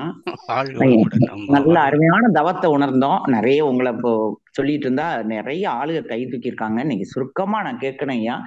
இப்ப சூரியன் மட்டும் தன்னைத்தானே சுற்றுது, மற்ற கிரகங்கள் சூரியனை சுற்றி வருது. தன்னைத்தானே சுற்றி கொண்டு சூரியனை சுத்துது, எல்லா கிரகங்களும் சுத்ததான் ஆரம்பிக்கும். ஓகேயா ஓகே, அது புரியுதுயா. ஆனா இப்ப நீங்க இப்ப பூமி நம்ம இருக்கோம், அதுக்கு மேல புதன் சுக்கிரன் சூரியன், இங்கிட்டு அத கீழே மேலைன்னு சொல்ற அளவுக்கு எதுவுமே இல்லையா? எல்லாமே சுத்திட்டு வரையில ஒருக்கா அது பூமி மேலையும் கீழையும் வர வாய்ப்பு இருக்கு இல்லையா? ஒரே லைன்ல நீள்வட்ட பாதையில அசையாம சுத்தாது இல்லையா? அதாவது நாம ஓரளவுக்கு தான் அது கற்பனைக்கு அப்பாற்பட்டது. இது நம்ம ஓரளவுக்கு மனதில் புரிந்தளவுக்கு இந்த கிரகங்களை இந்த நேரத்தில் இப்படி அமைச்சு கொண்டு அதன் மீது தவம் இருக்கிறதுக்குத்தான் நம்மளாக ஒரு உருவகப்படுத்தி கொண்டு நம்ம இருக்கிறோம். இதே நேரத்துல நீங்க அந்த கிரகங்கள் மீது இருந்து இருந்து இருந்து ஞானம் பெற்று விட்டீர்களால அது உங்களுக்கே புரிந்து விடும். அந்த இதை வெளியே உங்களால சொல்ல முடியாது, இந்த கிரகம் இப்படிதான் சுத்துது அப்படிதான் சுத்துதுன்னு. பொதுவா நம்ம அடிப்படை தத்துவத்துல தவ நுணுக்கங்கள்ல கிரகங்களை இப்படித்தான் கண்டுபிடிக்கணும்னு சில நேரம் என்ன பண்ணுவாங்கன்னா, சில மன்றங்கள் எல்லாம் பாத்தீங்கன்னா இப்படி பூமி மேல உட்காந்துருப்பாங்க, ஒண்ணுக்கு மேல இப்படி போற மாதிரி போவாங்க, காட்டியிருப்பாங்க. பாத்திருக்கீங்களா? அதனாலதான் கேக்குறேன். ஆனா பொசிஷன் எப்படி ஆக்சுவலா சுத்திக்கிட்டு இருக்கும் போது நீங்க மேல இருந்து பாத்தீங்கன்னா படுக்கையில சுத்தும், சைட்ல இருந்து பாத்தீங்கன்னா நெத்துக்குத்தலா சுத்தும். அது அவங்க பார்க்கின்ற ஞானத்தின் அந்த பார்வையை பொறுத்து இருக்கிறது. அது அது எல்லாத்துக்கும் எளிமையாக அது புரிய வேண்டும் என்பதுக்காக நீங்க பார்க்கும்போது பிளாட்டா சுத்தினா தான் எங்கெங்கெல்லாம் எதெல்லாம் இருக்குன்னு தெரியும். நீங்க எந்த பொசிஷன்ல இருக்கீங்களோ அதுக்கு தகுந்த மாதிரி தான். சரி, சில நேரங்கள்ல பாத்தீங்கன்னா இப்ப ரீசெண்டா கூட ஒரு ஃபேஸ்புக்ல போட்டிருந்தாங்க, நம்மளுடைய பால்வழி அண்டத்தை நம்ம இங்கிருந்து பக்கத்துல பிடிச்சிருக்காங்க. எப்படின்னா கிராஸ்ல தெரியுது நீளமா. ஆனா பால்வழி அண்டம் எப்பவுமே எப்படி தெரியும்னு கேட்டீங்கன்னா மேல இருந்து பார்க்கும்போது நடுவுல பெருத்தும் போக போக சிறுத்து இருக்கும் பால்வழி அண்டம். ஆனா இந்த சைடுல காட்டுறாங்க பால்வழி அண்டத்தை. அதனால அவரவர்கள் இருக்கின்ற பொசிஷனில் அதை பார்க்கும்போது மேலே கீழே எல்லாத்தையும் வரும். அதான் மகரிஷிட்ட ஒரு கேள்வி கேட்டாங்க, ஐயா மேலே ஏழு உலகம் கீழே ஏழு உலகம்னு சொல்றாங்களே, இது எப்படி நம்புறதா வேண்டாமான்னாங்க. அவர் சிரிச்சுக்கிட்டே பதில் சொன்னாரு, மேலே ஏழு உலகம் கீழே ஏழு உலகம் என்பது நீங்க எங்களுக்கு விளக்கம் கொடுங்கய்யா, நாங்கெல்லாம் பக்தி மார்க்கத்தில் இருக்கோம், நீங்க ஞான மார்க்கத்துக்கு போக சொல்றீங்க, கொஞ்சம் கொடுங்க அப்படிங்கும்போது அவர் விளக்கம் அழுமையா சொன்னார். இப்பதான் சொன்னார், பூமி மேல நான் உட்கார்ந்து இருக்கிற மாதிரியே வச்சுக்குங்க. உங்க கண்ணுக்கு முன்னாடி என்ன தெரியுது? சூரியன், புதன், சுக்கிரன், நீங்க உட்கார்ந்து இருக்கிற பூமி, உங்க பக்கத்துல இருக்கிற சந்திரன், அந்த சூரியனுக்கு பக்கத்துல நடுவுல போடுகின்ற 2 ராகு கேதுகள் 7 ஆச்சா? அதை நீங்க பார்க்க முடியும்.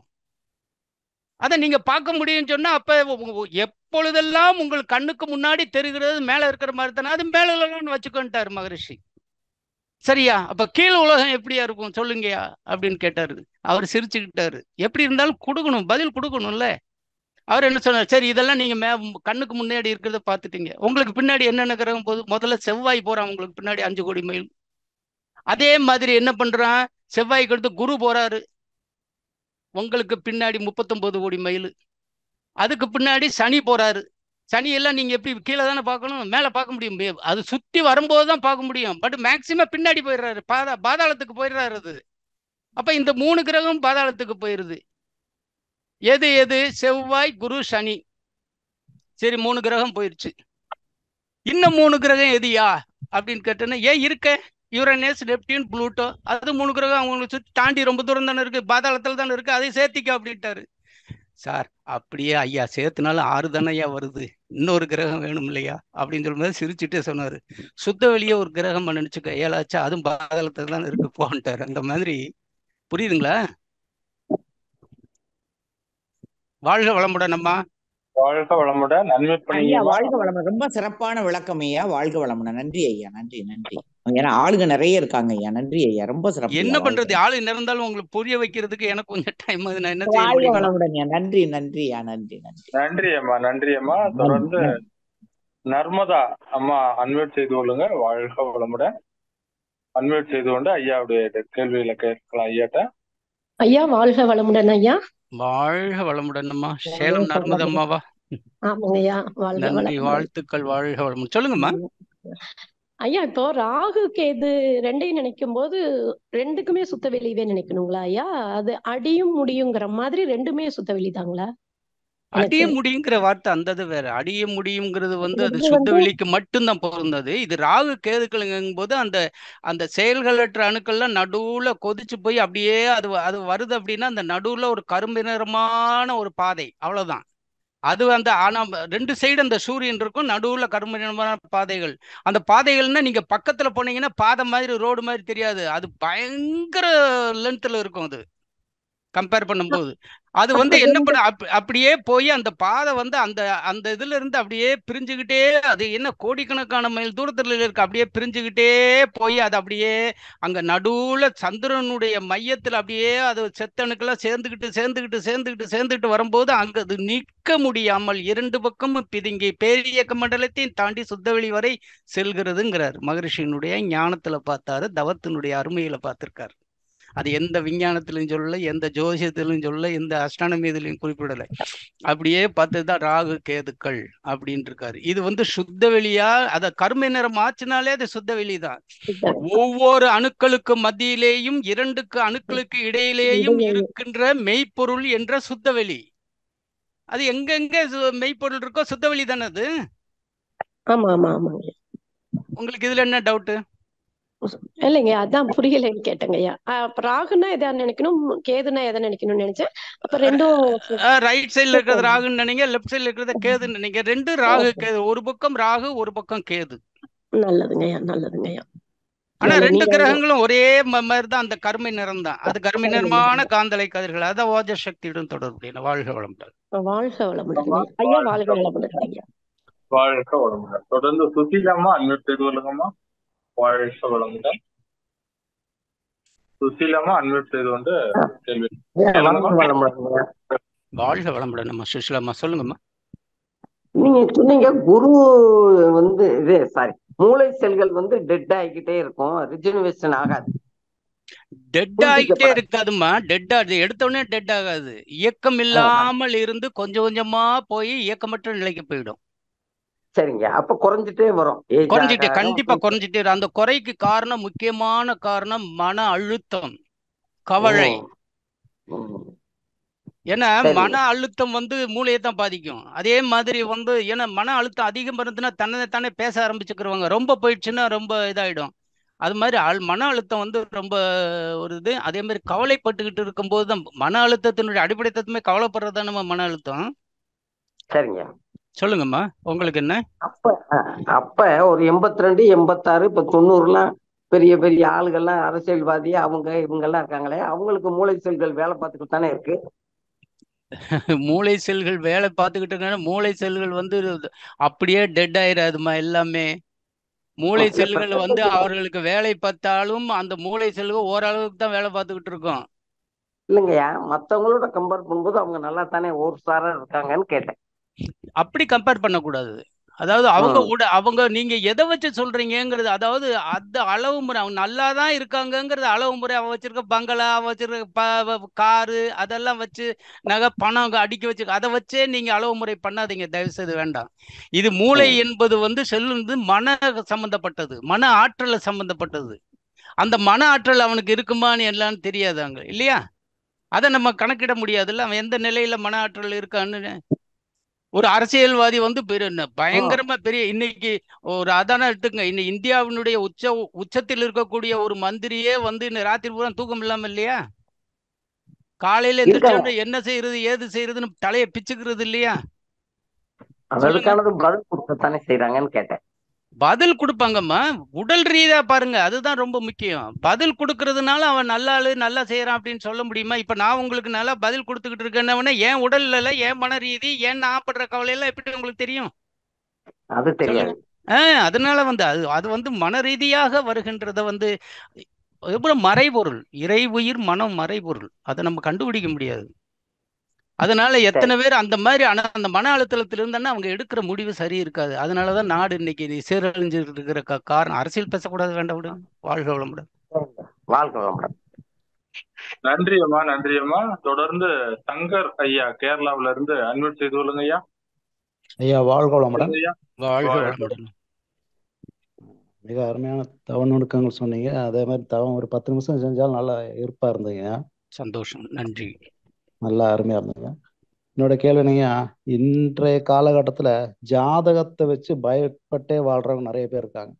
ஜாதகத்தை பார்த்து கல்யாணம் பண்ணாம இருக்கிறாங்க. நிறைய விஷயம் ஜோசியர் என்ன சொல்றாரோ அதை பார்த்து பயந்தே வாழ்ந்துட்டு இருக்கிறாங்க. அப்படி இருக்கும்போது இப்போ இன்னைக்கு இப்ப நம்ம இந்துக்களுக்கு மட்டும்தான் அந்த மாதிரி நிறைய பயப்படுத்தி வச்சிருக்காங்க ஜோசியர். அதாவது நீங்க அது பண்ணா இவ்வளவு இது வரும், பாதிப்பு வரும் அப்படின்னு சொல்லி. ஆனா வேற எந்த மதத்துல இந்த பிரச்சனை இல்லை. அப்படி சொல்லாதீங்க. எல்லா மதத்திலும் இருக்குது. அவங்களுக்கு தகுந்த மாதிரி பழக்க வழக்கங்கள் சொல்றதுக்கு ஆள் இருக்காங்க நிறைய. நீங்க ஃபாரின்ல கூட பாத்தீங்கன்னா ஒரு கிரிக்கெட்ல ஒரு டீம், ஃபுட்பால்ல டீம் வருதுன்னு ஒரு சீட்டை வச்சு டேபிள்ல வச்சு அவங்க இதுல சொல்றாங்க இந்த டீம் தான் ஜெயிக்கும், அந்த டீம் தான் தோக்கத்து போகும், இவங்க கஷ்டப்படுவாங்க. எல்லா மதத்திலும் இந்த மூட நம்பிக்கை இருக்கு. இல்லாத மனித இனம் தானேயா. மனசை ஏதாவது போட்டு குழப்பி அதன் மூலமாக வியாபாரம் நடத்தக்கூடிய உயிரினங்கள் தான் மனித இனம். எல்லா மதத்துல இருக்கு. எந்த மதத்துல? நம்ம மதத்துல ரொம்ப நம்பிக்கை ஜாஸ்தி. அதனாலதான் மகரிஷிட்ட கேட்பாங்க, ஐயா நீங்க எந்த மதத்தை ரொம்ப விரும்புறீங்க? எல்லா மதமும் எனக்கு பிடிக்கும் பாரு. என்ன எப்படி சொல்றீங்க அப்படின்னா, ஆமா இந்து மதம் நம்பிக்கை எனக்கு பிடிக்கும். இந்து மதத்துல நம்பிக்கை எனக்கு பிடிக்கும் பாரு. கிறிஸ்டின் மதத்துல எனக்கு தொண்டு பிடிக்கும் பாரு. முஸ்லிம் மதத்துல எனக்கு தொழுகை பிடிக்கும் பாரு.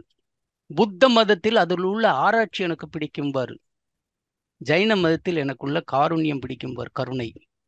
அதனால ஒவ்வொரு மதத்துக்கும் ஒண்ணு இருக்கியா, இல்லைன்னு இல்லை. இந்து மதத்தை பொறுத்தளவு நம்பிக்கை ஜாஸ்தி, மூட நம்பிக்கை இங்க அதிகமா இருக்கு, அவ்வளவுதான். அது பரவலா தெரியுது, அங்க தெரியாது. ஏன்னா நம்ம அங்க இருக்கிறத பத்தி படிக்கிறது இல்லை. இந்த மாதிரி இப்போ வாட்ஸ்அப் நியூஸ் பேப்பர் அது இதுன்னு வரும்போது தான் நம்ம அதை பத்தி பேசுறோம்.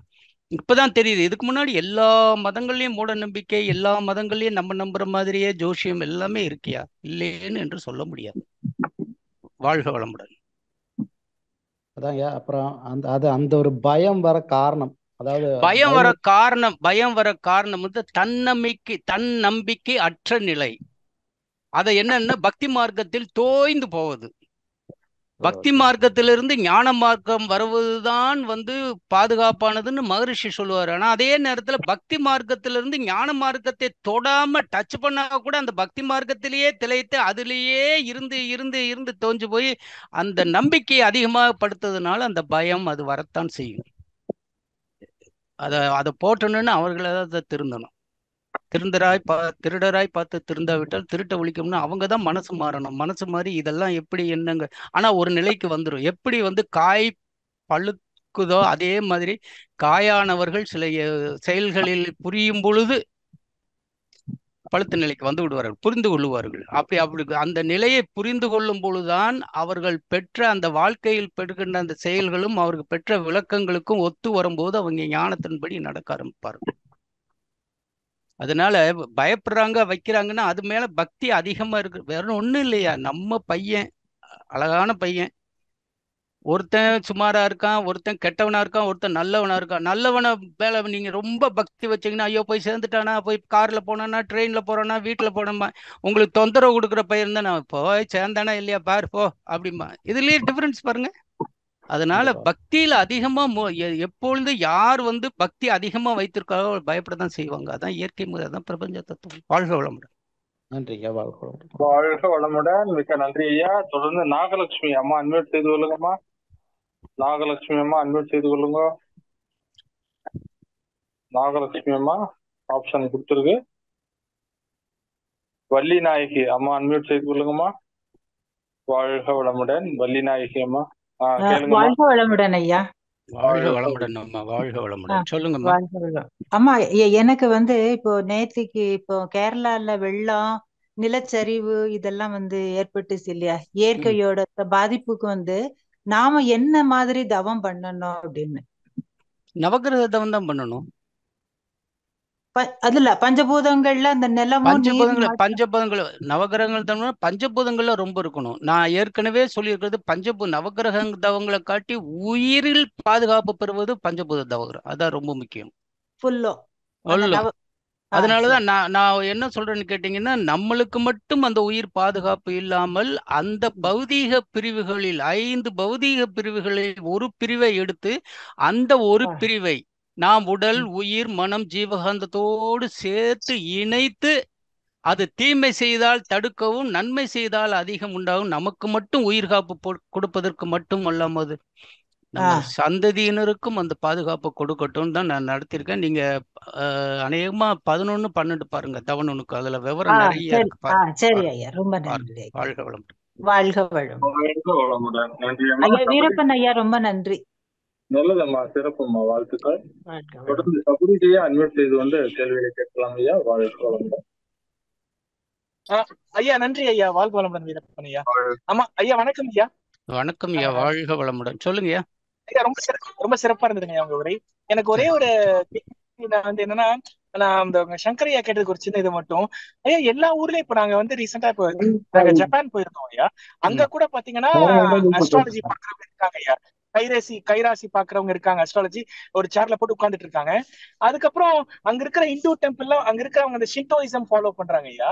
அந்த டெம்பிள்ல வந்து கிட்டத்தட்ட இப்ப எப்படி நம்ம மாரியம்மன் அந்த மாதிரிலாம் ஒவ்வொரு கோயில் இருந்தா அதுக்கு எப்படி அவங்க அந்த ட்ரெஸ் எல்லாம் இது பண்ணி அதே மாதிரிதான் இருக்கு. அப்புறம் அந்த ஃபுஜி மினாரின்னு ஒண்ணு சொல்றாங்க ஐயா. அங்கெல்லாம் பாத்தீங்கன்னா நாய் ஒவ்வொரு இதுக்குமே எல்லாரோட, அப்புறம் அவங்க ஷின்டோயிசமோட மெயின் இதே வந்து ஆத்மா, அதை பத்தி அந்த இது எல்லாமே ரொம்ப இந்துசத்துக்கு ஒத்துதான் வருது.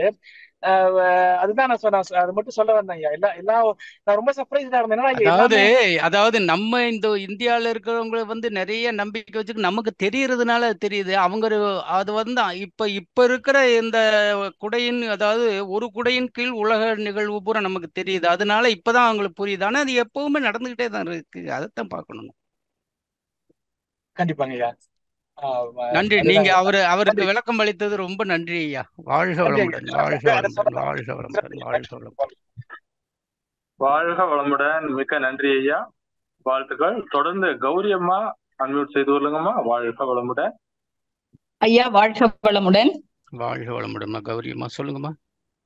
நான் கேட்கணும்னு நினைச்சது வந்து, ராத்திரில வந்து நம்ம வானத்தை பார்க்கும்போது இந்த ஸ்டார்ஸ் எல்லாம் நல்லா தெரியுது. ஆனா சரி. பிளானட் வந்து தெரியறது இல்ல. ஆனா நம்ம உத்து பார்த்தா கூட ஏதோ சம் கிளைமேட்டிக் கண்டிஷன்ஸ்ல தெரியறது இல்ல.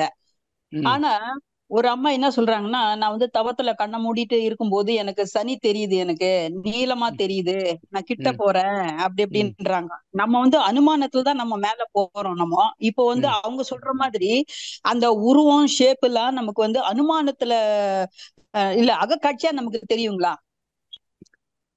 எதை ஒன்று வந்து அடிக்கடியாக ஒரு நினைக்கிறாரோ அதாக மாறுவது இயல்பு.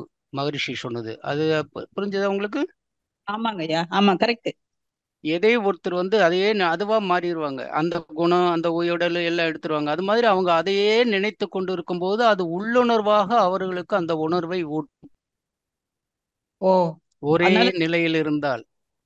ஓஹோ. அப்போ அது என்னன்னா, அதாவது மகரிஷி ஒன்று சொல்லுவார் ஒரு கேள்வி பதில்ல, ஐயா நாம் நினைத்தால் வந்து நமக்கு நாம் எண்ணுகின்ற எண்ணமும் நமக்கு நான் நினைக்கின்ற அந்த காட்சியும் எப்பொழுது நமக்கு வரும் அப்படின்பாரு. அப்பதான் ஒருத்தர் சொல்லுவாங்க, நீங்க வந்து நம்ம வந்து இறப்பிலிருந்து இது பிறப்பு முதல் இறப்பு வரை வந்து உடல் இயக்கமும் மனம் இயக்கமும் நடந்து கொண்டே இருக்கிறது. அதனால் எண்ணங்களும் தொடர்ந்து வந்து கொண்டே இருக்கும். அதிகமான எண்ணங்கள் இருக்கும்போது, மன அலைச்சூழல் அதிகமாக இருக்கும்போது நீங்க நினைக்கின்ற காட்சியோ உருவமோ உங்க கண்ணுக்கு வராது. அதே மாதிரி அலைச்சூழல் கம்மியாக இருந்தாலும் அந்த நேரத்திலும் நீங்க நினைக்கின்ற எண்ணமும், எதை நினைக்க வேண்டும் என்று நினைக்கிறோம் அதுவும் வராது, எந்த காட்சியை காண வேண்டும் என்று நினைக்கிறோம் அதுவும் வராது. ஆனால் எந்த பொருளை நீங்கள் வந்து ஆழ்ந்து உணர்ந்து அதிக அழுத்தத்துடன் நினைத்து கொண்டு இருக்கிறீர்களோ அந்த எண்ணமோ அந்த காட்சியோ சாதாரண எந்த நிலையிலும் வரும் அப்படிம்பா. அதாவது வந்து என்ன சொல்லுவாங்க, பீட்டா நிலையில கூட வரும்பாங்க. ஓ ஓ அப்படிங்களா? பீட்டாவில் கூட அந்த நிலை வரும். அது எப்போ வரும்? பீட்டா நிலையில நீங்கள் இருக்கும் பொழுது அதை ஆழ்ந்து உணர்ந்து அழுத்தமாக உணரும் பொழுது அந்த எண்ணமும் காட்சியும் உங்களுக்கு வந்துவிடும் அப்படிம்பாரு. ஓ சரிங்க. அதனால அவங்க அதை நினைச்சு இருக்கும்போது அவங்க உணர்றாங்க, அதை அவங்க உணர்றத சொல்றாங்க. ஆனா அதே நேரத்துல வந்து அதே மாதிரி நீங்க உணரணும்னா அந்த நிலைக்கு தான் நீங்க போகணும். அத வந்து நம்ம ஏதோ ஒரு விதத்துல அவங்க உணர்றாங்க. நான் வந்து சனியவே நினைச்சுக்கிட்டே இருந்தேன். அந்த சனியினுடைய அந்த ரவுண்டு அந்த இது எல்லாமே எனக்கு தெரிஞ்சுக்கிட்டே இருக்கும்போது ஒரு மன ஆற்றலினுடைய சக்தி அது. ஓ சரி சரி. அதனால அதுக்கு நல்லதை நினைச்சா நல்லது நடக்கட்டும், கெட்டது இப்ப தீவிரவாதி எது தந்தை தாயை கொன்று விட்டான், நான் கொன்றே ஆக வேண்டும் என்று நினைச்சுக்கிட்டே இருந்து அடிமனத்துல போட்டானே செஞ்சிருவான், தீவிரவாதி மாறிடுவான், துப்பாக்கியை தூக்குவான், அது தூக்குவான், தெரியுது இல்ல? அதே மாதிரிதான் இந்த நிலை. நல்ல நிலையில ஆன்மீகத்துல கடவுளை பெரிய பெரிய மகான்கள்லாம் பார்த்திருக்காங்க. முருகன் என்னுடன் பேசினார், அகத்தியர் வந்தார், ஏன் நிறைய பேர் சொல்லலையா? ஒரு ஆழ்ந்த மனதில் போடுகின்ற அற்புதமான சிந்தனைகள். வாழ்க வளமுடன். வாழ்க வளமுடன். நன்றி அம்மா. தொடர்ந்து அங்கை கண்ணியம்மா அன்மியூட் செய்து கொள்ளுங்கம்மா. அங்கை கண்ணியம்மா அன்மியூட் செய்து கொண்டு கேள்விகளை கேட்கலாம். வாழ்க வளமுடன். வாழ்க வளமுடன் ஐயா. வாழ்க வளமுடன் ஐயா. என்னோட ஐயா, அந்த ராகு கேது வந்து சூரியன்ல இருந்து கரும்புகையா இரு பக்கமும் போகுதுன்னு சொல்றீங்க. இப்ப நம்ம வந்து அதை வந்து நம்ம தவத்துல வந்து 7 கோள்களையும் நினைச்சு இது பண்ணிக்கிறோம் ஒவ்வொரு. இப்ப இது வந்து ஒரு கோள்களாவே நினைக்க முடியாது, இது இந்த கரும்புகையாவே தான் நம்ம அப்படியே தவத்துல நினைச்சுக்கிடணுமா? கண்டிப்பா கண்டிப்பா. கோள்களாக எப்படி நினைப்பீங்க? அது சூரியன்ல இருந்து நடுமையத்துல இருந்து பிரிஞ்சு அப்படியே போயிட்டே இருக்குது. அது ஒரு மறைபொருள். இருட்டுன்னா மறைபொருள் தானம்மா. அப்ப அந்த மறைபொருள் வந்து அதுதான் மகரிஷி போடுற வார்த்தை, பிரம்மமாகி நிற்கின்ற நிலைன்னா அங்க வெற்றிடம் ஆயிடுச்சுன்னு அர்த்தம். ஒண்ணும் இல்ல, வெற்றிடம் தான். வெற்றிடம் தான் கோள்களா வெற்றிடம் தான், கோள்கள் கிடையாது, வெற்றிடம் தான். பிரம்மமாய் சிவகாலம் எங்க இருக்கு? அங்கதானே இருக்கு, இருட்டுல தானே இருக்கு. அது பிரம்மம்னா அங்கதானே சிவன் இருக்காரு, அங்கதான். பிரம்மம் என்பது தெய்வம், வடமொழி சொல்லு. இறைவன் என்பது தமிழ் சொல்லு. பிரம்மமாயி நிற்கின்ற நிலைன்னா அங்க தெய்வமே வந்துட்டாரு அந்த இடத்துலன்னா, அந்த இடத்துல சுத்த வெளியாகி ஒண்ணு இல்லாம கருமை நிறமா இருக்கு. அந்த இடத்துல இருந்து, ஏன்னா அது இந்த பக்கமும் சூரியன் கதிர்கள், இந்த பக்கம் சூரிய கதிர்கள், உஷ்ணம் ஜாஸ்தி, அதுல இருந்து வருகின்ற அந்த இடம் சாதாரண நீங்க சுத்த வெளியில இருக்கிற அந்த வெற்றிடத்துக்கும் சூரியனுக்கு நடுவுல இருக்கிற வெற்றிடத்துக்கு வித்தியாசம் இருக்கு இல்லையா? ரெண்டு பக்கமும் அழுத்தம் இருக்கும்ல, அணுக்களினுடைய அழுத்தம். அதுல இருந்து வருகின்ற அந்த அந்த அந்த சூரியனிலிருந்து வருகின்ற காந்தலை கதிர்களினுடைய அந்த அழுத்தம் அந்த இடத்துல இருக்கும்ல அதுக்கு. அப்ப அது வந்து ராகு கேதுக்களினுடைய காந்தலை பாதைகளாக மாறி காந்த கருமை நிறமான காந்த அலைகளை கொடுத்து கொண்டு இருக்குன்னு தானே சொல்றாங்க இல்லையா? சரிங்க. வாழ்க வளமுடன். வாழ்க வளமுடன். ரொம்ப நன்றிங்க ஐயா. நன்றி அம்மா, நன்றி அம்மா, வாழ்த்துக்கள்.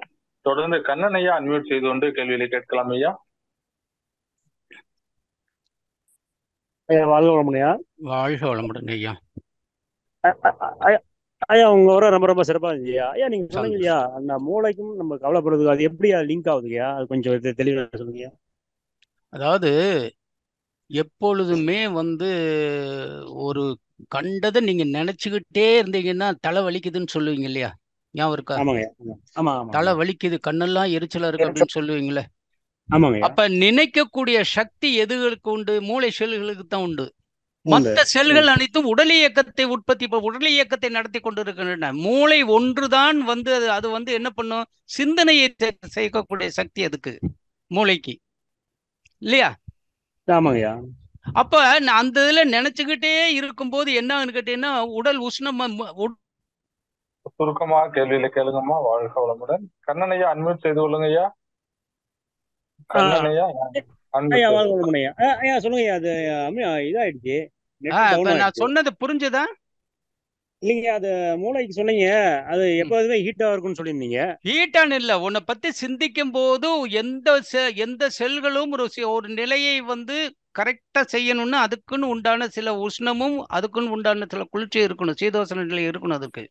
அதை வந்து நீங்க அதிகமாக எண்ணங்களை அழுத்தம், மன அழுத்தம் ஜாஸ்தியாக மூளையை சிந்திக்க சிந்திக்க சிந்திக்க என்ன ஆகுன்னு கேட்டீங்கன்னா அந்த மூளையினுடைய செல்களை போய் பாதிக்கும்.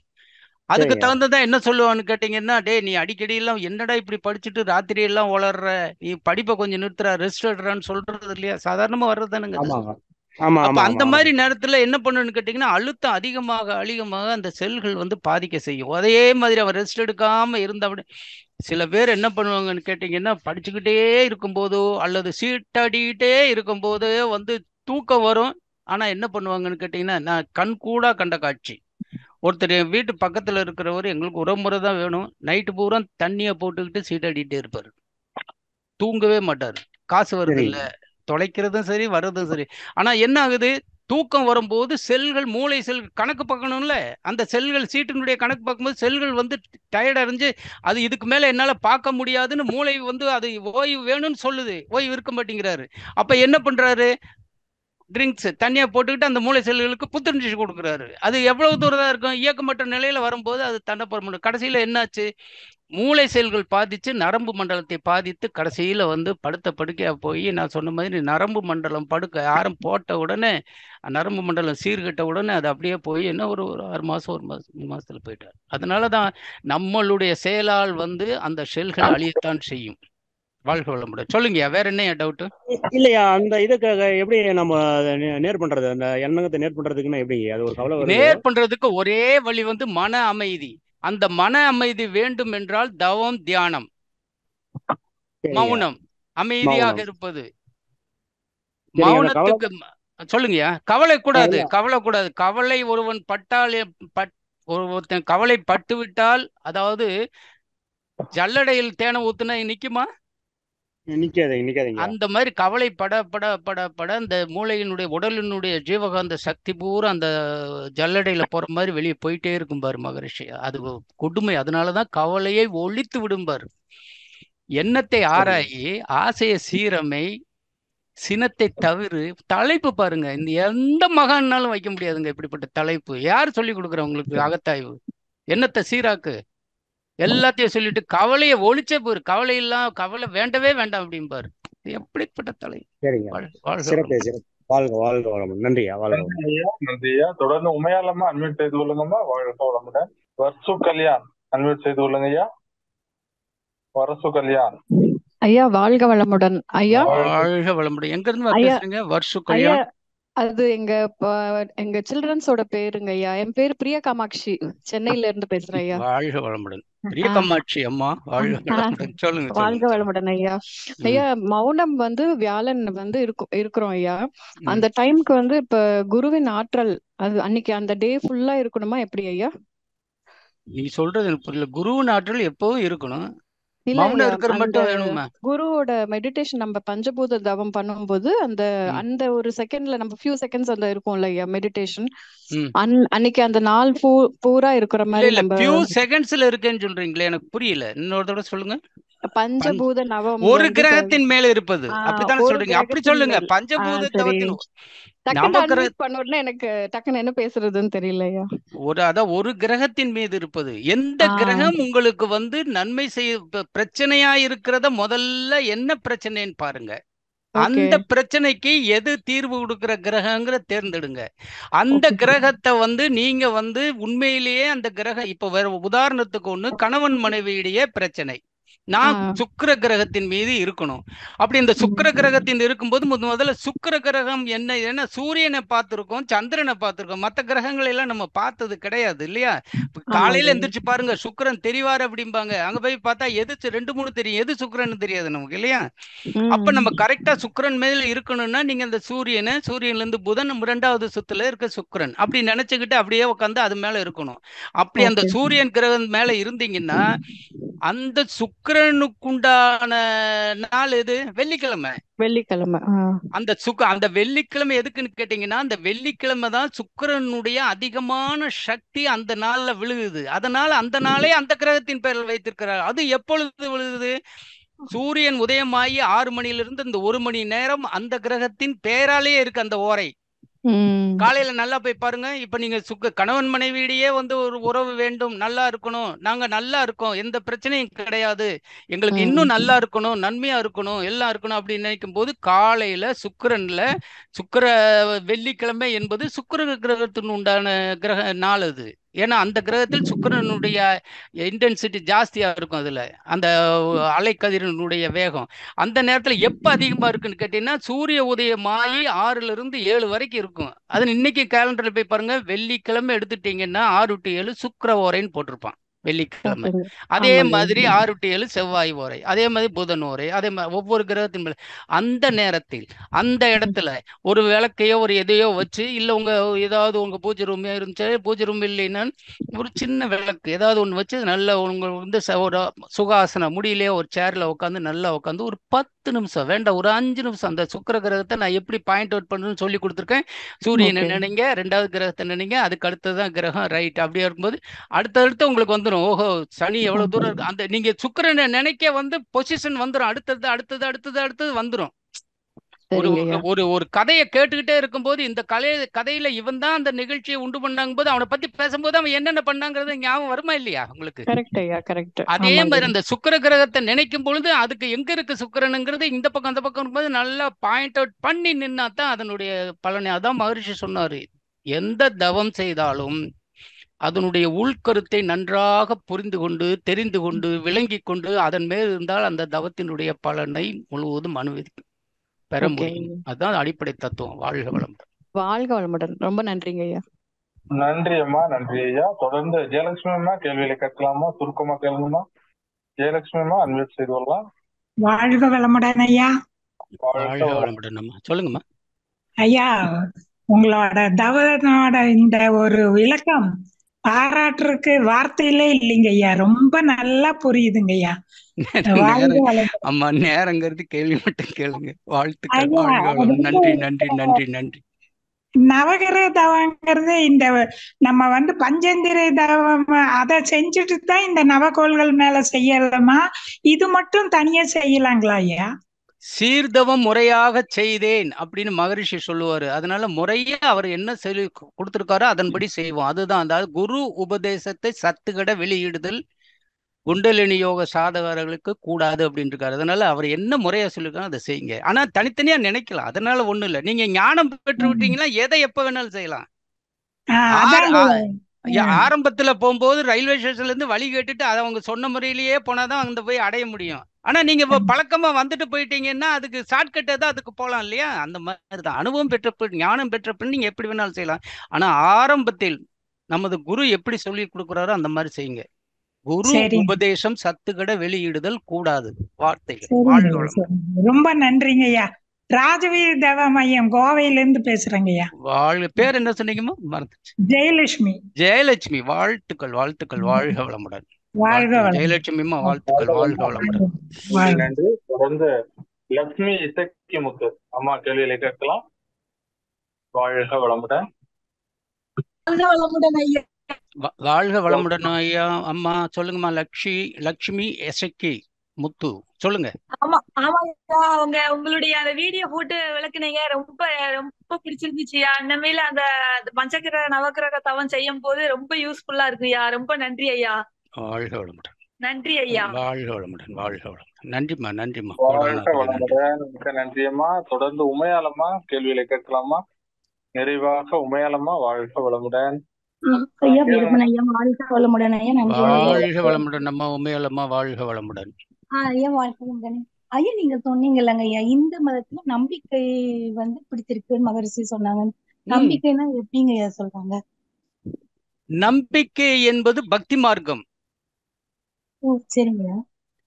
பெரியவர்கள் பக்தி மார்க்கம் என்பது நம்பிக்கை வழி. ஏன் அதை நம்பிக்கை வழின்னு சொல்றோம் அப்படின்னா, பெரியவர்கள் ஆன்மீகத்தில் நாட்டம் குறைந்தவர்கள், அறிவு குறைந்தவர்கள் சொல்ல. அறிவு எல்லாத்துக்கும் ஒன்னாதான் இருக்கும். ஆன்மீகத்தில் நாட்டம் குறைந்தவர்கள், இயற்கையை பற்றி அறியாதவர்கள், இறைநிலை என்பதை பற்றி தெரியாதவர்கள், அவர்கள் சில நேரங்கள் தவறுகள் செய்யும் பொழுது இதை செய்யாதே, இதை உனக்கு என்ன துன்பம் இருக்கிறதோ இதை செய்ய, உனக்கு நன்மை உண்டாகும், இது உன்னை தடுக்கும் துன்பத்திலிருந்து, உன் வாழ்க்கை நல்லா இருக்கும், நல்லா படிக்கலாம், நல்லா உங்களுக்கு வசதியா இருக்கலாம். அப்படி அவன் வாழ்க்கை நோக்கம் அடைவதற்காக பெரியவர்கள் சொன்ன வழியை சிறியவர்கள் இளம் வயதில் பின்பற்றுவது பக்தி.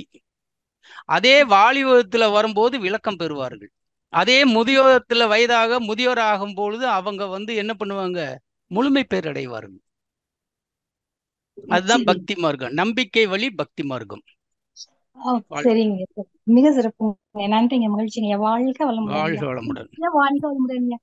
வாழ்க வளமுடன். மிக்க நன்றிகள் அம்மா. வாழ்க வளமுடன் ஐயா. நிகழ்ச்சி நிறைவு பண்ணிக்கலாங்களா ஐயா? ரொம்ப மனசு சந்தோஷமா இருக்கு ஐயா. தாங்கள் இருந்து எனக்கு நடத்திய இது பண்ணி செஞ்சதுக்கு உண்மையிலேயே வாழ்த்துக்களை. என்னையே பயன்பெற்றேன். நன்றி ஐயா. நம் கடமை அறவாழ்வின் நாட்டத்தே சிறக்கட்டும்.